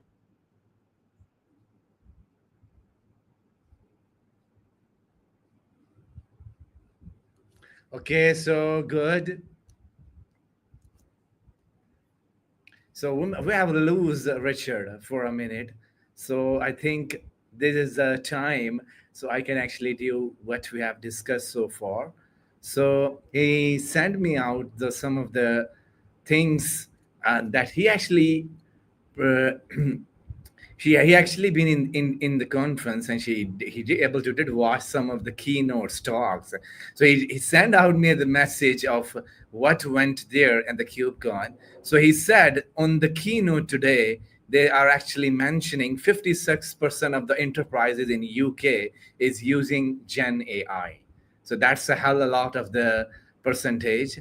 AWS around 8 billion by 2028 to build a new data center in UK, and it's around creating 14k jobs from the AWS UK investment. Accenture and Deloitte got a mention in the new innovation program for the new job in tech. A Dave Brown, VP of Compute Service, not he mentioned that building blocks to innovate and scale. He will build out service that do some sort of the customers kind of a thing. Also, there's a security in AWS.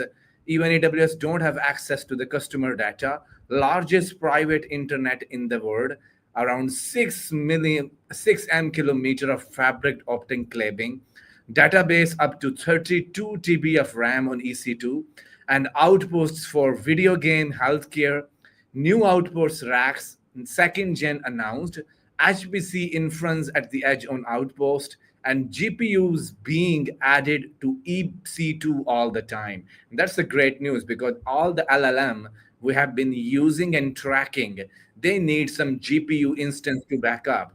So it's good to know, like, now the EC2 instance has some kind of a GPU kind of a capability. That is interesting to know. I will actually dig more deeper into this case study as well.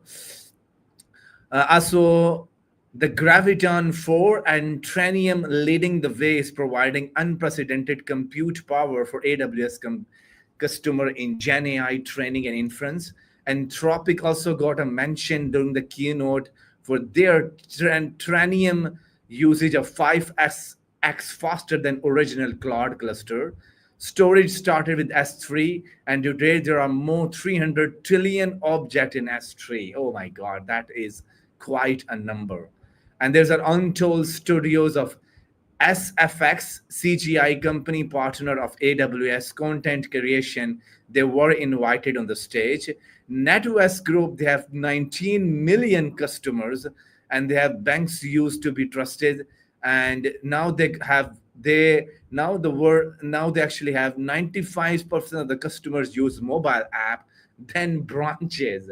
So embedded into the lifestyle journey. So also the M platform, the re-architect to the microservices using AWS.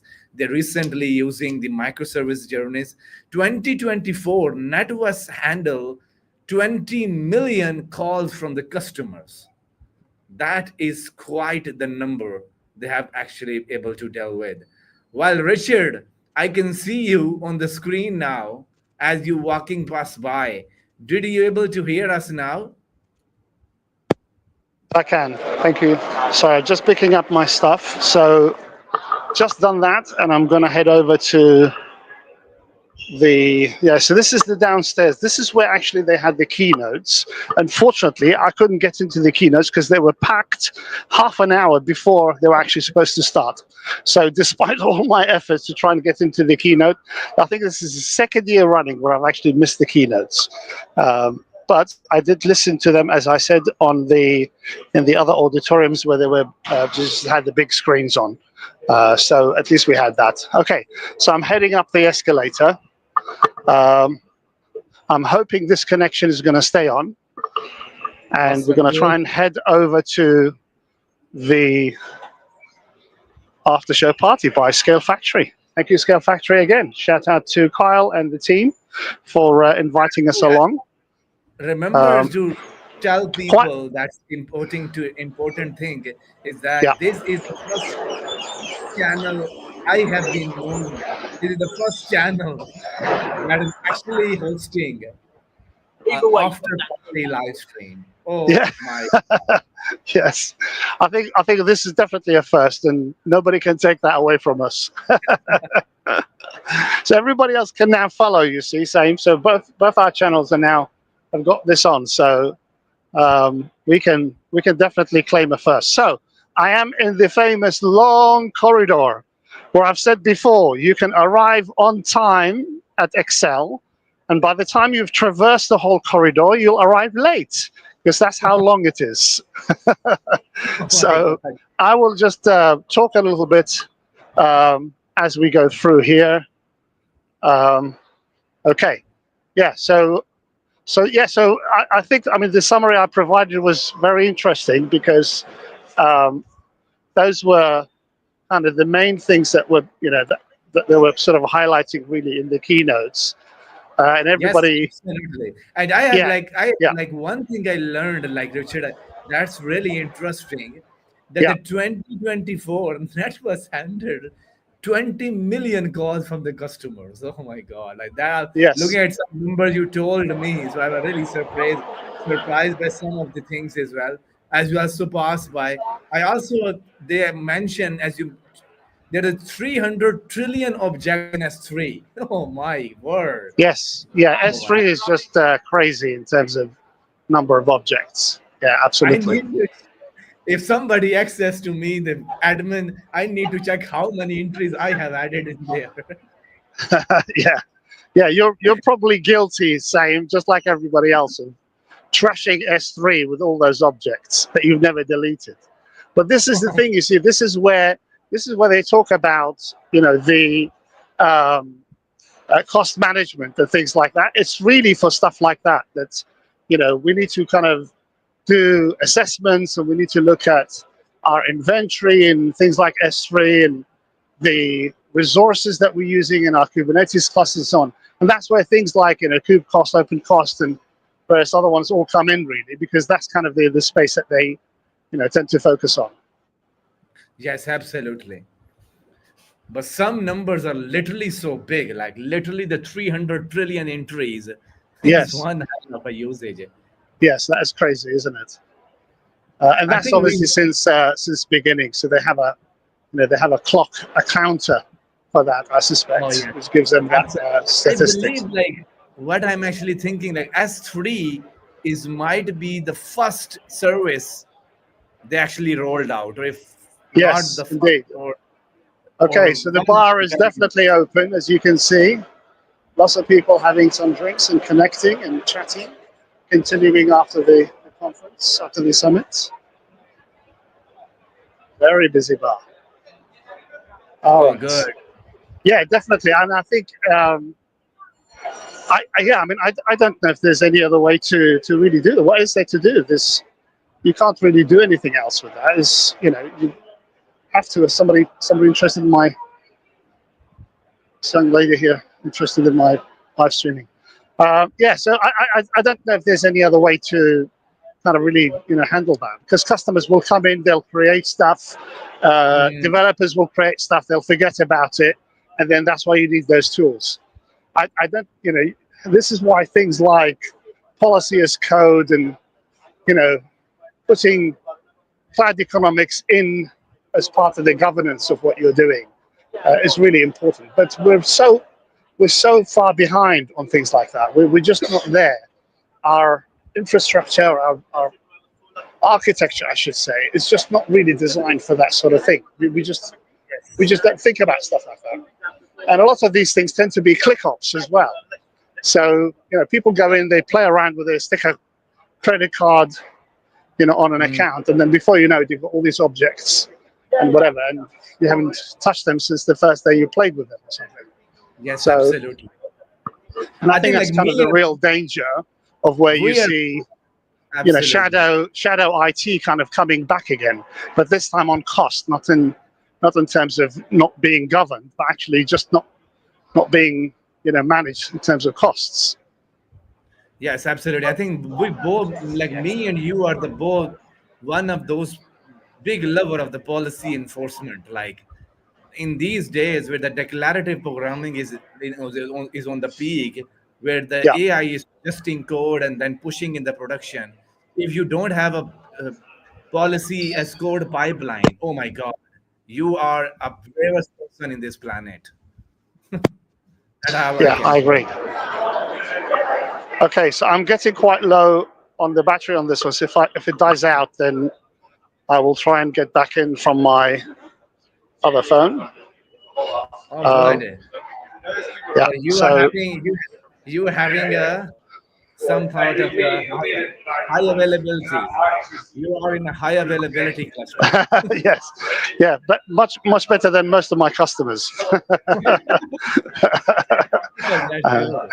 I have high availability and DR plans, definitely, Speaking which of is more like than I can say Richard, for a lot like of enterprises. Yeah. yes. Speaking of your company, like is your company is present today in this conference? Like No, we were what? actually, I believe, exhibiting last year, but not this year. So I don't know. I mean, plans change and so on. So we're still full AWS partners, full Microsoft partners, full Google partners. Hmm. Actually, we do a lot more with Google in Germany with things like the Google Sovereign Cloud layer that we implement on GCP. That's quite unique. That gives us sovereignty. So customers who are concerned about GDPR and meeting regulatory requirements and so on, they can check out Google's Sovereign Cloud, which is a layer that we impose on top of GCP. Um, right. So how long did that take? Same? Did you put a stopwatch on? I Oh my can't remember God! if you Like did. we I'm reaching the end. I'm reaching the end now. You can see the tunnel at the end of the light, or the light at the end of the tunnel, I should say. so Um, Richard is around. I'm tired now. We are Yeah, I'm just completing. coming out. I'm just coming out. So you can see now the outside of the Excel. You can see lots of people still hanging around. What are all these people doing here? You need to go to some after parties. Look at this. Okay. So I'm going to go down to this side because you got to see this yacht. I have to show you the yacht. We can't do the live stream without the yacht. It's just not. It's just not on. That wouldn't be really cricket, as we say, There is if I can't show Richard. you We the are yacht. actually giving you some real world insight. It's Can, 2 hour can you of still hear live. me? Can you still hear Yes, me okay? yes, Okay, good. absolutely. I'm All saying right. like keep on. Congrats. We are now actually going into the second hour of the live stream. Yeah, so we're outside of the Excel and we're heading over to the Sunborn yacht, which is actually a hotel. And this ship is moored uh, here near the Excel Center, the exhibition center. And apparently the local council has been trying to get rid of it. I heard from a local person when I met them at the last conference I was here. They said, "Oh yes, let me give you some local information." And I said, "What's that?" And he said, "Oh, the local council's trying to get rid of these yachts." And I said, "What? Are you joking?" And he said, "Yes, they've been trying to get rid of it for some time." But here we go. Hopefully you can see that. Yes, I can see that. So, yeah, there we go. So I actually, when I chaired the theater for Cloud Expo Europe, um, back in, when was that? February, I think. Mm. When that conference was on at the Excel, they gave me one of the rooms here. So I actually stayed on the boat, and the room was actually really good. It was really, really good. It was fantastic. Really good services and everything. Great bars and restaurants on board as well. And NetApp were kind enough to invite me last year at the AWS Summit. They had a after show party on the boat. So if you guys want to check that out, have a look at some of the previews I've done on my previous videos on my channel. And that's the entrance. So you go through there. And then you go in an elevator Oh to go to yes. reception. That's the entrance. Now, these things here that you can see above us, this is kind of from the old days when this area used to be the docklands, literally the docklands, where ships came in and docked, and then all their cargo was removed. Oh, yes, and the London City Airport, as you can see, planes landing, British Airways doing its thing. Okay, That's a so we're walking over. new information for me. Oh, good, like. Yeah. Yes, you get everything on this live stream. You get a little bit of local history. You get a little bit of the, the conversations that have been going on. You get a little bit of the. Okay, there's a view back on the Excel. So these steps there, and right in front of you is the Excel London. Hopefully, you can see that. Yes, I am. Okay, so if you can see my finger pointing there, those 2-3 bars are normally where some of the after parties happen as well. So probably a lot of the AWS folks are there, but we're going to head over to the Scale Factory after show party, and we're going to see what's happening there.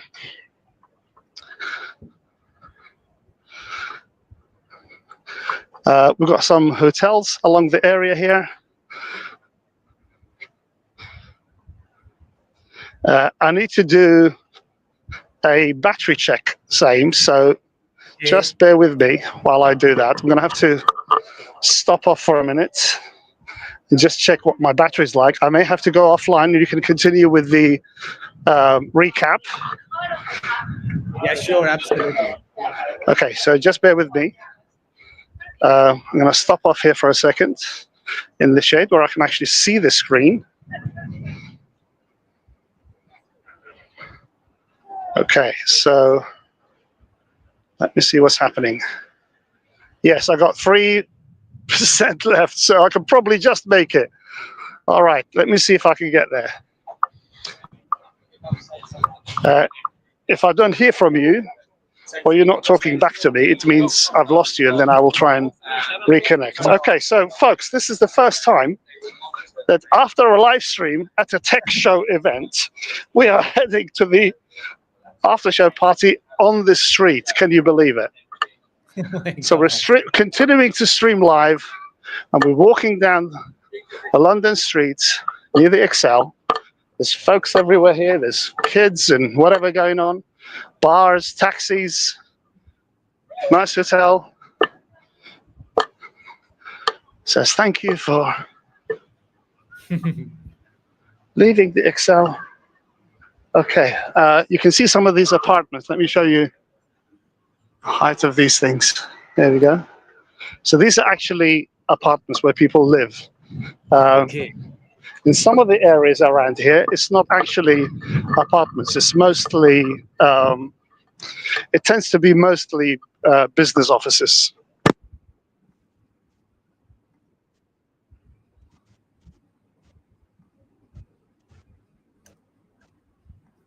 So we lost Richard, I believe. We lost Richard. No. Richard, still you are. Here, Yes. I'm still here. I'm just muting when I'm walking a little bit. Awesome. Good. So Richard has actually been walking for the last, I believe, 10 to 12 minutes. So good job, Richard. I believe you are. I've achieved my steps for today. That's for sure.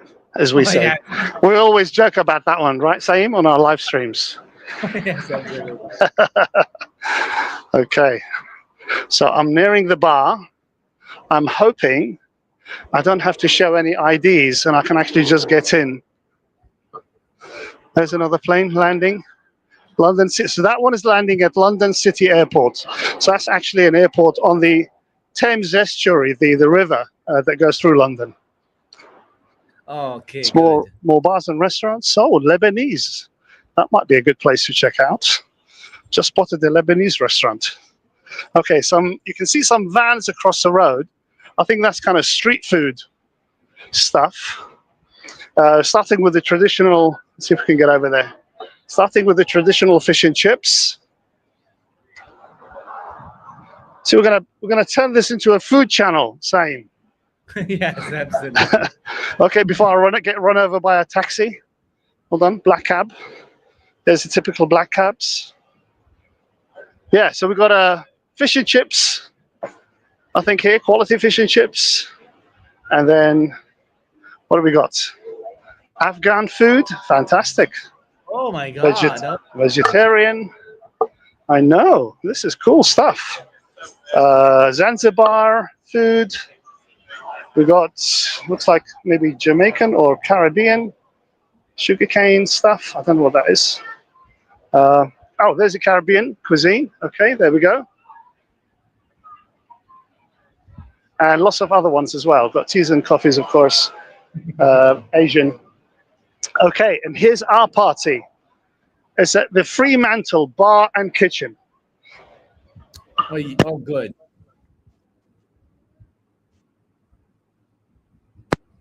I'm going to see if I can actually now get in. This is the Scale Factory, guys. I can see them all here. Live on YouTube, guys. Say hello. All right. So, well, they're all nice and friendly, so I'm hopefully going to be let in. Hang on. let me speak to them. I'm a friend of Kyle, if that rings a bell. So I've registered. I'm a friend of Kyle if I've registered. So can I get in? Is that okay? Oh, there you are. Didn't recognize you from your photo. Yeah. What's that for? It's just for the events and you've been scanned. Ah, cool. Okay. Cool. Excellent. We'll do a little chat later on, you and I, yeah? Lovely. Fantastic. Okay. Right. We're in, guys. So let me see if I can get in here. Excuse me, guys. Thank you. Thank you. All right. Wow. Okay. We're going to be live streaming in the party here. Saeem, I'm going to lose you now. So I'm going to switch over phones. And maybe I can just have a conversation with Kyle and maybe do the interview with Kyle. Okay, so give me a few minutes and I'll switch back. Yeah? Sure, awesome. Okay, all right.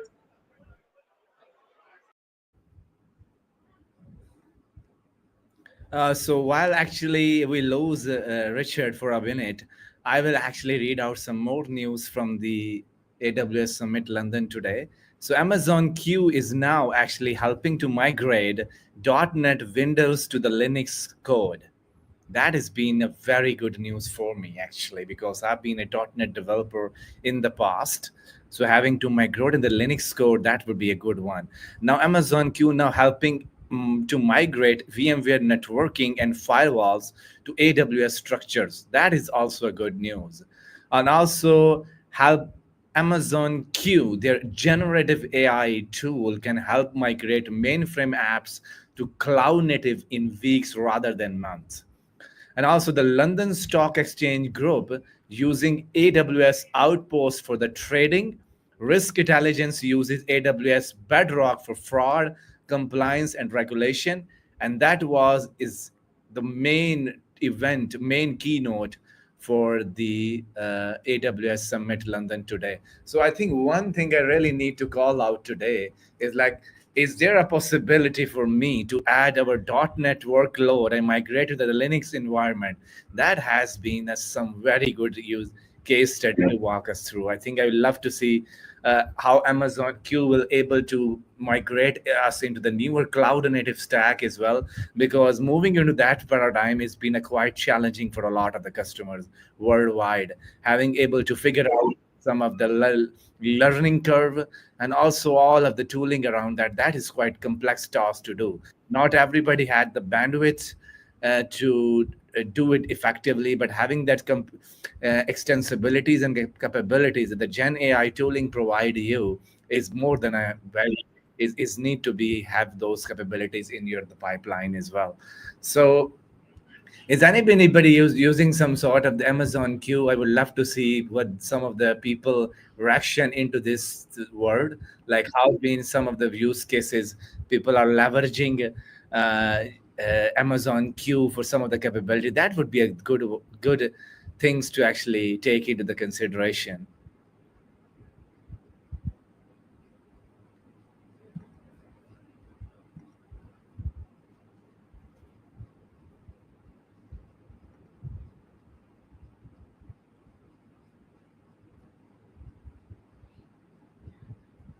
And also, I think I'm picking up some more news around what just happened today.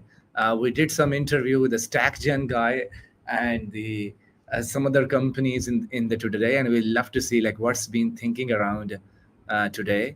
I don't think the infrastructure tooling on the AWS side of the thing is quite a heavy thing. Like every conference I've seen, even though the infrastructure as code been developing in the three phases now. Now we have infrastructure as code approaches like Terraform, Pulumi, and other, and also that Open Tofu has been in the building. So now the companies are able to see that they are now building some abstraction, so the companies can use to build out some infrastructure. That is the space I would love to see how these things are shaping up in the near future as well, because that is the most interesting space to watch out in some of the cloud provider things, because spinning up the code in the infrastructure side of the thing has always been a challenge.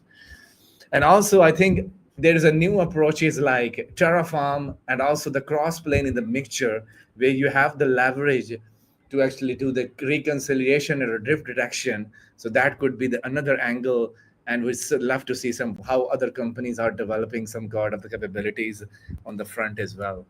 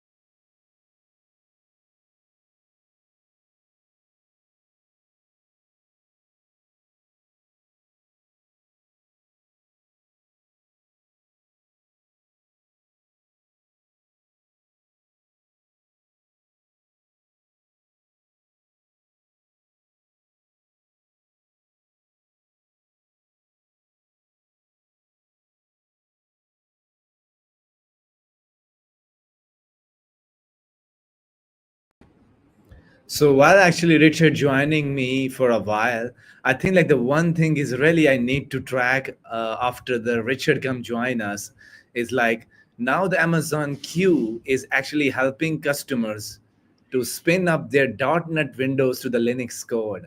So I will pick more news around that. Oh, Richard is actually in here, back in the stage. Oh, Richard, you are now live back again. Can you hear us? Hello, Richard. Can you hear us? Okay, good. So Richard is actually figuring out a way so he can able to hear me back once more time. So good to know that the Richard is joining us back again. So Richard, while you actually here, I was actually looking at some news around the Windows to Linux migration journey using the AWS Amazon Q, and how people and try out this new functionality to solve some of the pain points that the customer have got.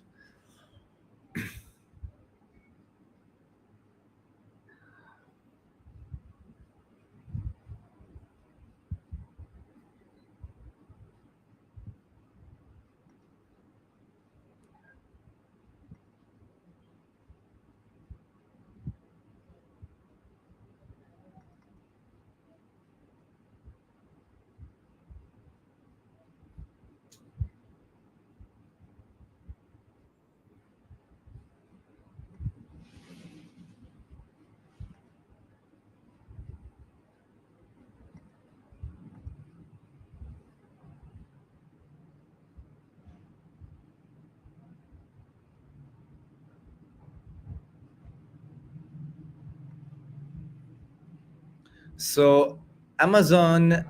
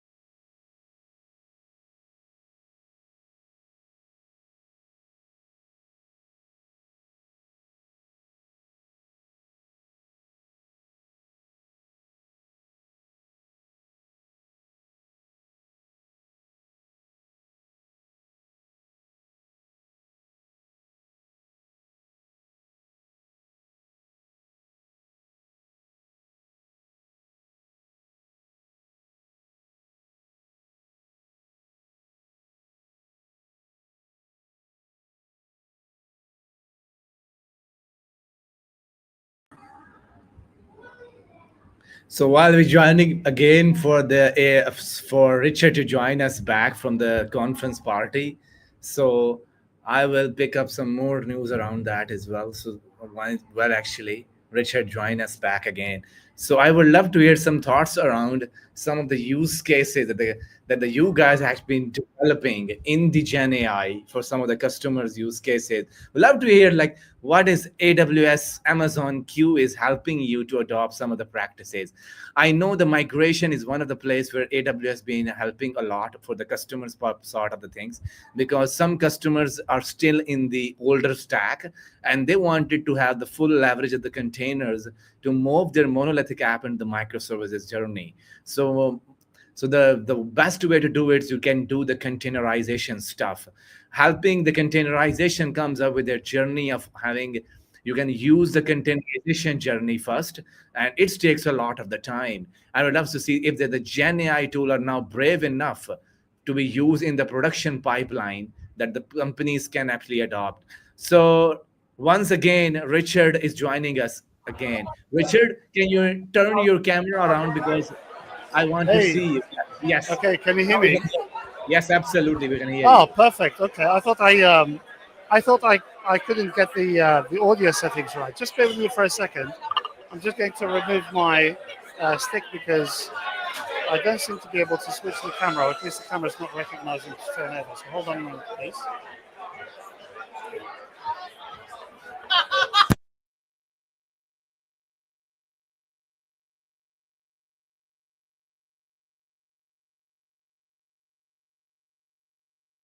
Oh, stay guy with us as Richard is actually helping out and switching some Yeah, stuff. I'm still here.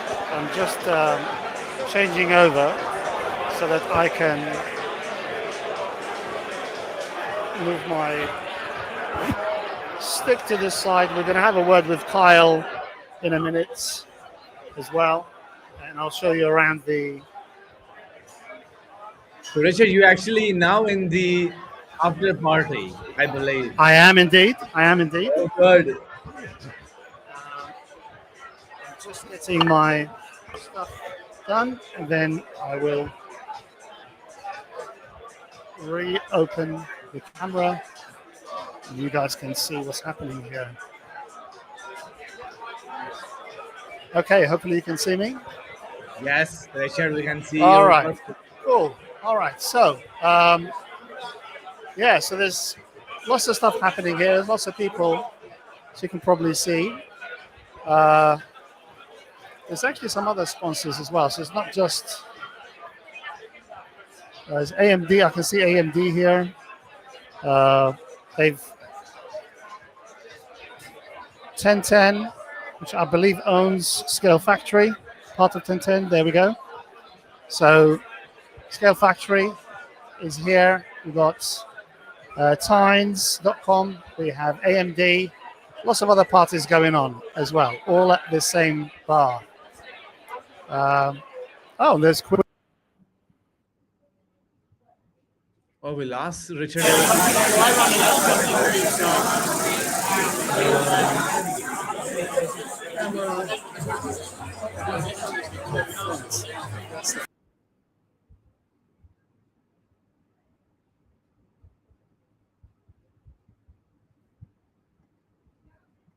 Did we lost Richard again?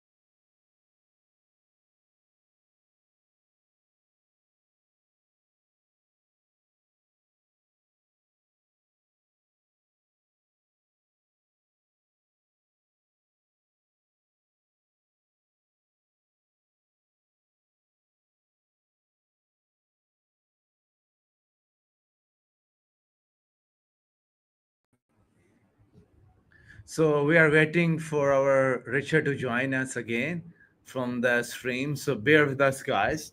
And if you have some thoughts around the question that you want us to be actually shared with some of the audience. So Richard, I can. Oh, once again, Richard, I can see you. Can you hear me? Can you hear Yes, me? Oh, absolutely. excellent. Okay. I think technical hitches are now done, so we Oh, should be good. good. Let me walk out and see if I can grab Kyle. I don't know where he is. He might be still outside. So let me see if I can grab him, and then we'll just do a short interview with him. The bar here is crazy, as you can see. There's lots of people walking around everywhere. I'm not going to switch my camera because I seem to be having difficulty with that when I switch it over. So I'll just keep it where it is. I can see harness people here as well. Lots of other people. So let me show you around.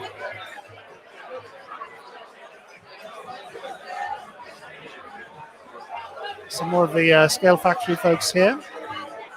So quite a busy place. It's about 2 or 3 deep at the bar, as we say. Yeah, so lots going on. Now, let me see if I can grab Kyle very quickly because I wanted to thank him for the invitation. Let's see if we can have a quick conversation with him. I'm not sure if he's inside or outside. Might be outside. So let me see if I can grab him.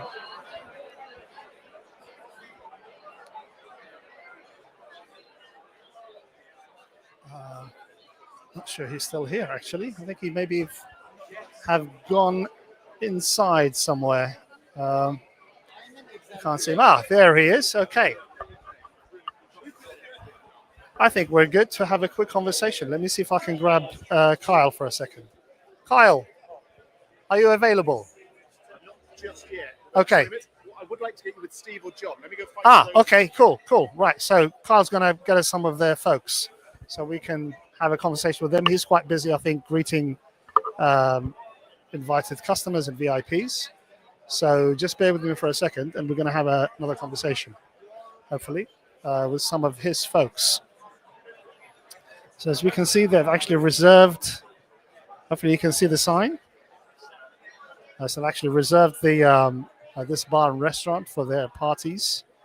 There's actually a lot more in this area. I'm not going to change the camera, like I said, so I seem to be struggling with it. But Kyle hopefully is going to get us the right people to speak to. So Saeem, I think it's been quite a successful live stream today. We've covered quite a lot, done some good interviews, and I think we're going to, once I've had the conversation with the guys at the Scale Factory, I think we're going to round off the live stream for today. The idea was really kind of just to show the folks the actual after party and obviously cover the summit itself as well, which was good. So we managed to do that. Awesome, Richard. You've done a wonderful job. Tons of appreciation. 1 hour, 2 hour, 20 minutes, 140 minutes of live streaming. I love the way you actually did some interview with some of the folks. Now we picked some wonderful knowledge, some wonderful information from AWS. We did some interviews from the KubeCon. We did some interview from the Open Source Summit Con. Now we're in the fifth month of the 2025. The fifth month of the 2025. I think we need to wrap up. We might need to create some one blog post combining all of these interviews, some suggestions, some all these things, and then to round up for what's been trending in 2025, what we learned from the last 5 months, from January to the April, and how we can predict the next month is going to be look like for this gigantic ecosystem we have been a part of.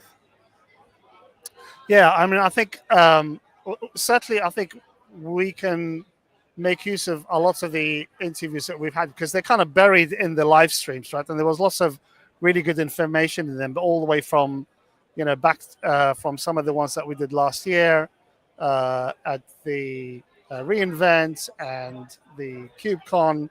I mean, we did a ton of them for KubeCon Salt Lake City, right? Mm-hmm. So we did cover quite a few last year. We've covered a few this year as well. So I think all of those they're kind of buried in the in the live stream. So unless folks are kind of going to sit there and watch the whole sort of live stream, which is fine, we encourage them to do that. But otherwise, we'll probably put some of them out separately. We still have some offline ones that we need to do as well. So I certainly have quite a few. So I'm kind of backlogging a little bit on the on the videos and interviews that I've done. And I'll certainly be releasing a lot of them in the shorts format, in the shorts segment on the CloudTherapist channel as well. So I think that will be part of the plan for me to release them. It'll be kind of just short snippets of interviews, conversations that we've had at the conferences. So I think that will be the idea for me. So yeah, so we need to definitely cover that. I mean, we've spoken to so many folks. We did a few today as well, which was good. I think the problem with kind of doing these on on live stream is that people are busy, as we've seen before. It's not always possible to grab everybody that we want. People are busy with customers, or they're just not at their stand. Like Alex stood me down today. I can't believe it, Alex. Or stood me up, I should say, today. So things like that kind of make it quite difficult, to be able to coordinate everything exactly. Even though you and I obviously try to do that, we try to plan that in the background. So but I mean, we kind of do the best that we can when it comes to kind of these things. And certainly we want kind of feedback, from our audience, from our subscribers as well.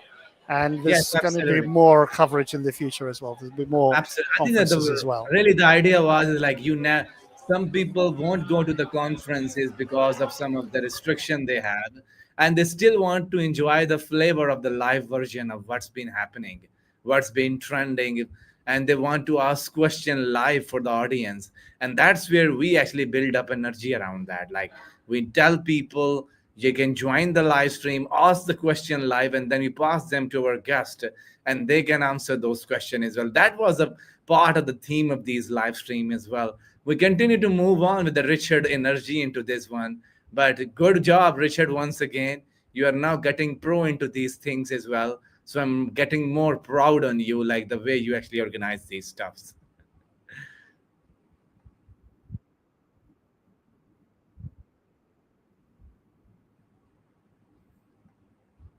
Awesome, Richard. Yes, you were cutted for a while, and then you joined me back again. I was praising good.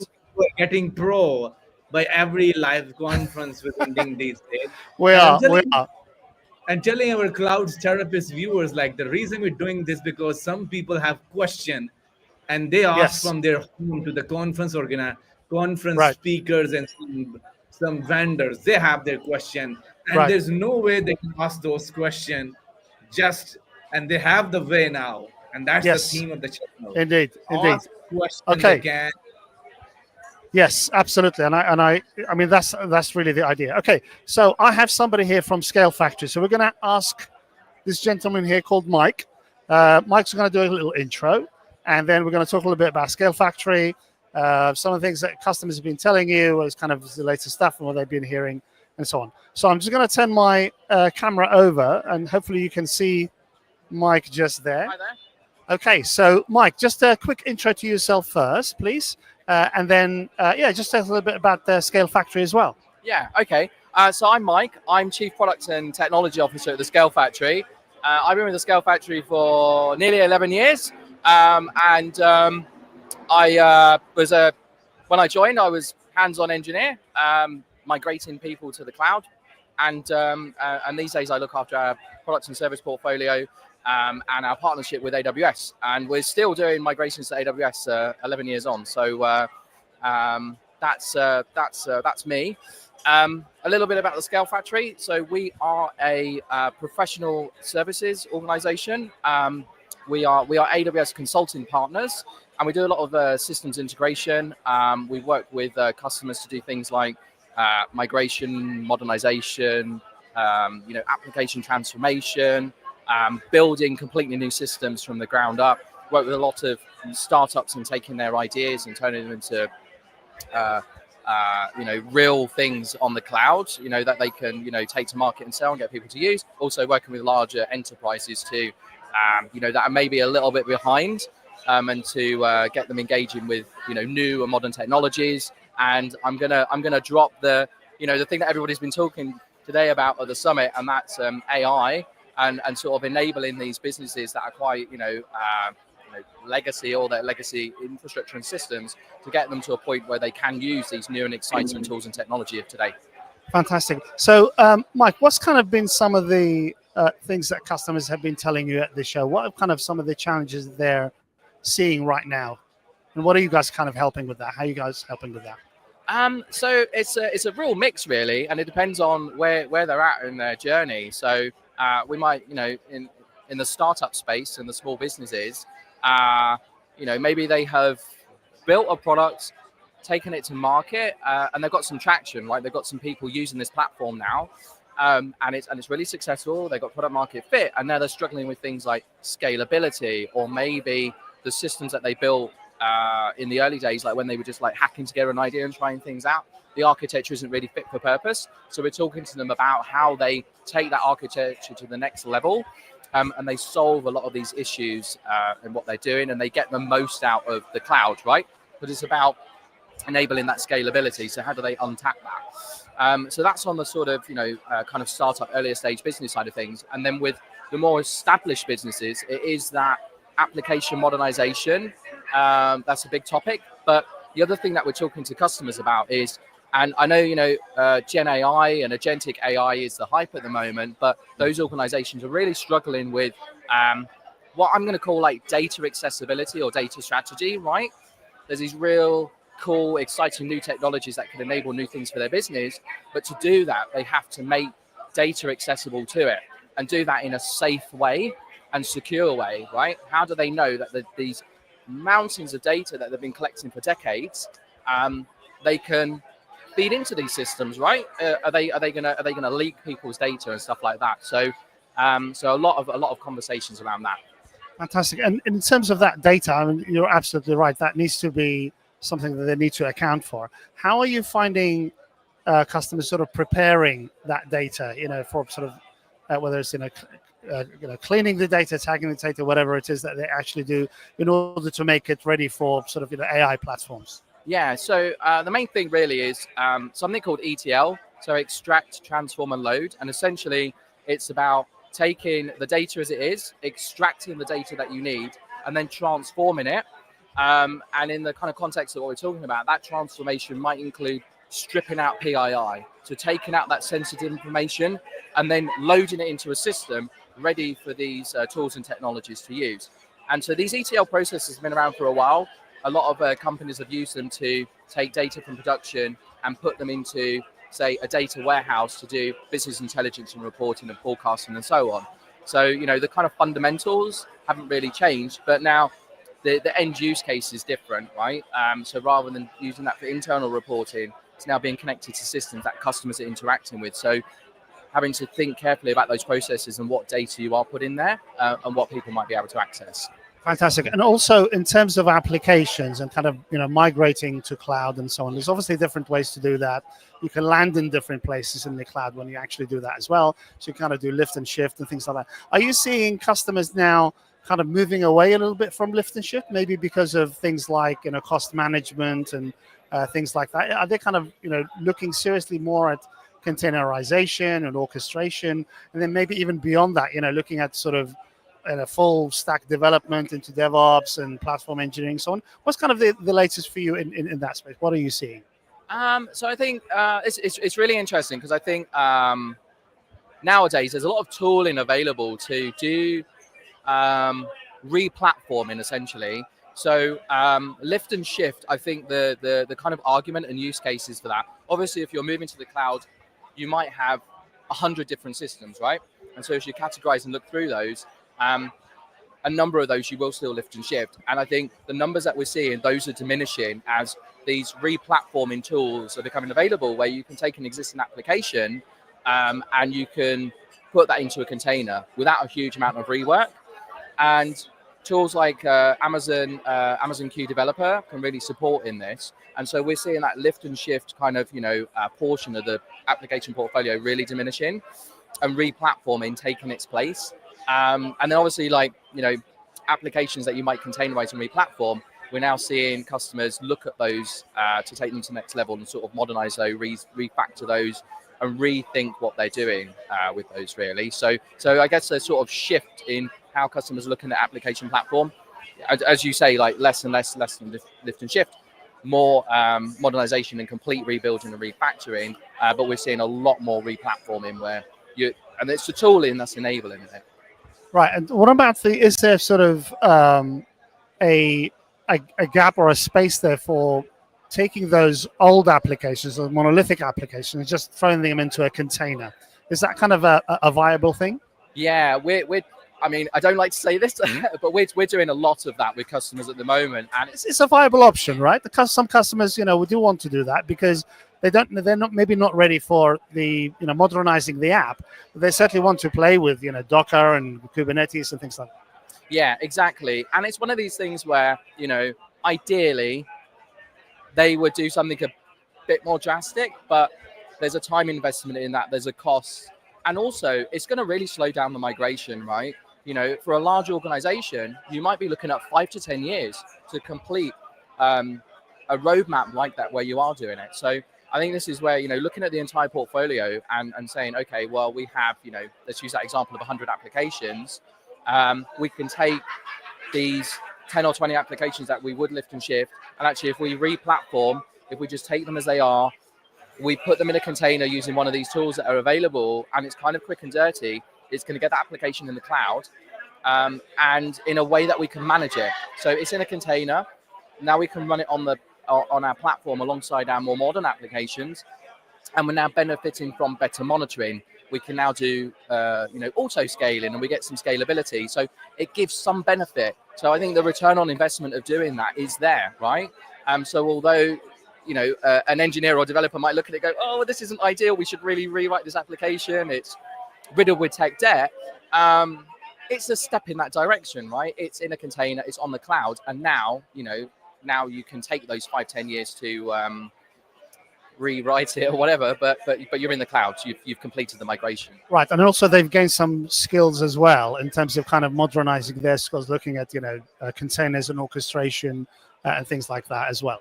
Yeah, absolutely. Yeah, I mean, I think we see this as one of the things that are really holding things back, and it's the skills, and it's not because the teams that are running these applications are not skilled enough. They're really highly skilled people. They really understand the business domain and the skills that they have in the technologies that they have today. And it could feel so overwhelming to say, okay, well, we're running this system, and maybe it's like a legacy Java application or .NET. It's running on a bare metal machine in the data center. We're going to move it to the cloud. And now I have to learn about containers. Now I have to learn about, TypeScript or one of these modern frameworks and technologies. And it can just feel so overwhelming. And so by taking the existing application and putting it in a container and putting it in the cloud, reduces the cognitive load of, and how much they have to learn. So you actually, exactly to your point, like they can take it in baby steps. Let's learn about cloud. I'm running my application in the cloud. Cool. Now I can go learn this framework and start rewriting bits of the app. Fantastic. And also, as we said, that kind of reskilling and so on, there is that aspect of it where, they eventually move to DevOps and the whole sort of SDLC changes. So that's also a cultural shift as well, would you say? Yeah, absolutely. And it's one of these things where it's a journey. Like everybody has a starting point, and it's quite easy to come to something like the AWS Summit in London today and sit there and watch a talk and see a company and go, do you know what? That's where we should be.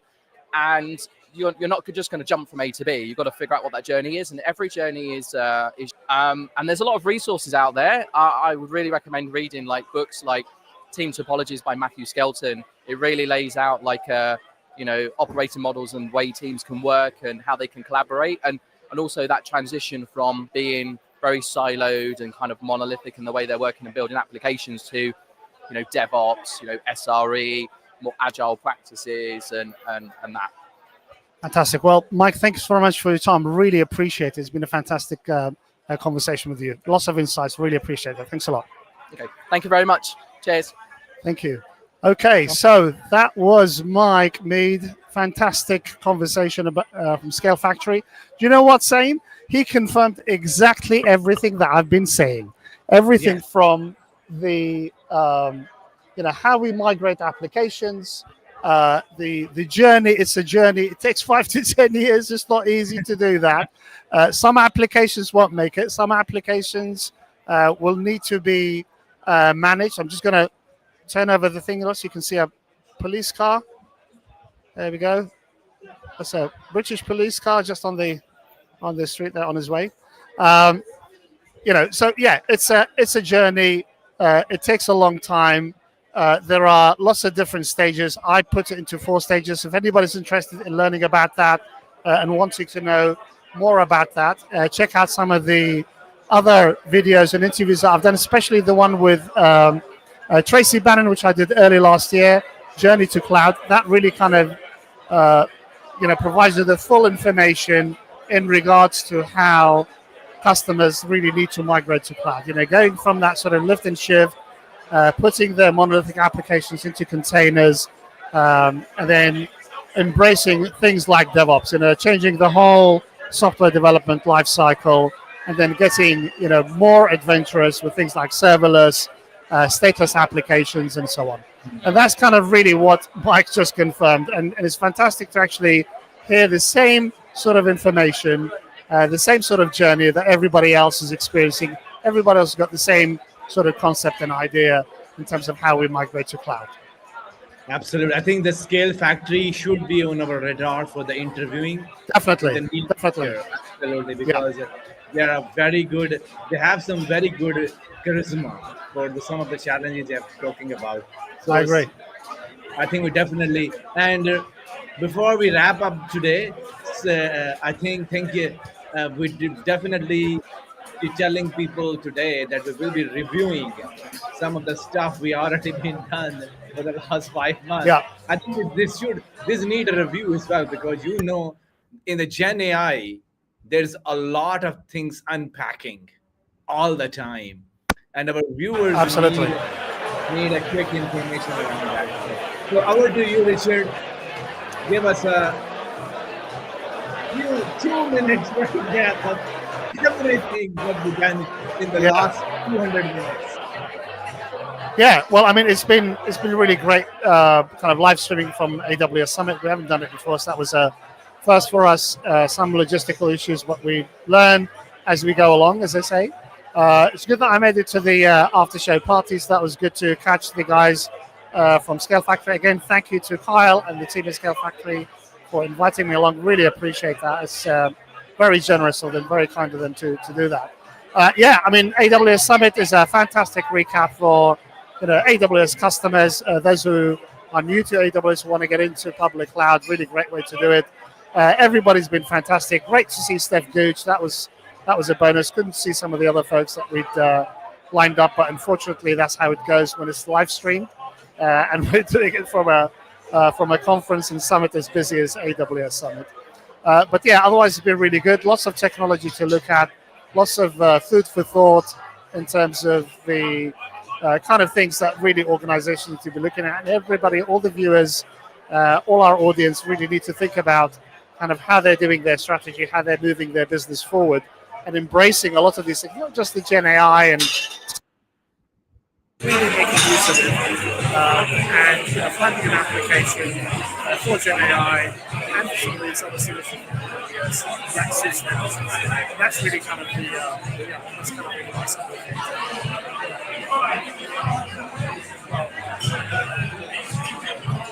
Thank you, Richard. There's a lot of the background noise. I'm afraid. You can't hear me? I lost you. I can hear you, but you can't hear me. I think so. Now I can't hear you. I can't hear you. Okay, I lost your voice, Richard.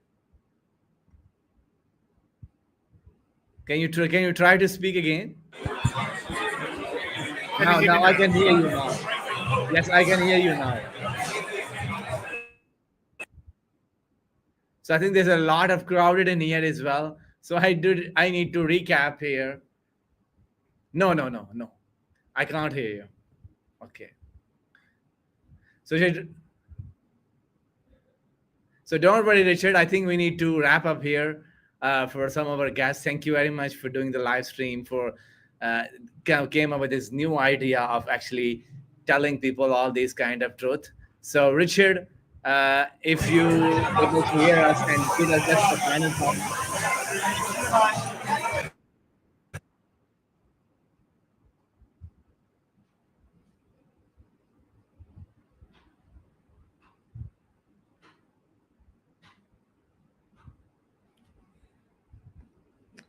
Okay, Richard. So we will be actually going by. So say hello to some other guests.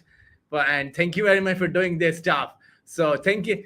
Make sure, guys, you tune into this channel back again, because there's a weekly round of interviews with a guest. The one who actually wasn't able to pick up the conversation, we might do it in the later. To hit subscribe to this YouTube channel, and we will be following you back again with a review of this conference and the stuff. Have a wonderful day, and thank you very much, Richard, for doing all this kind of stuff.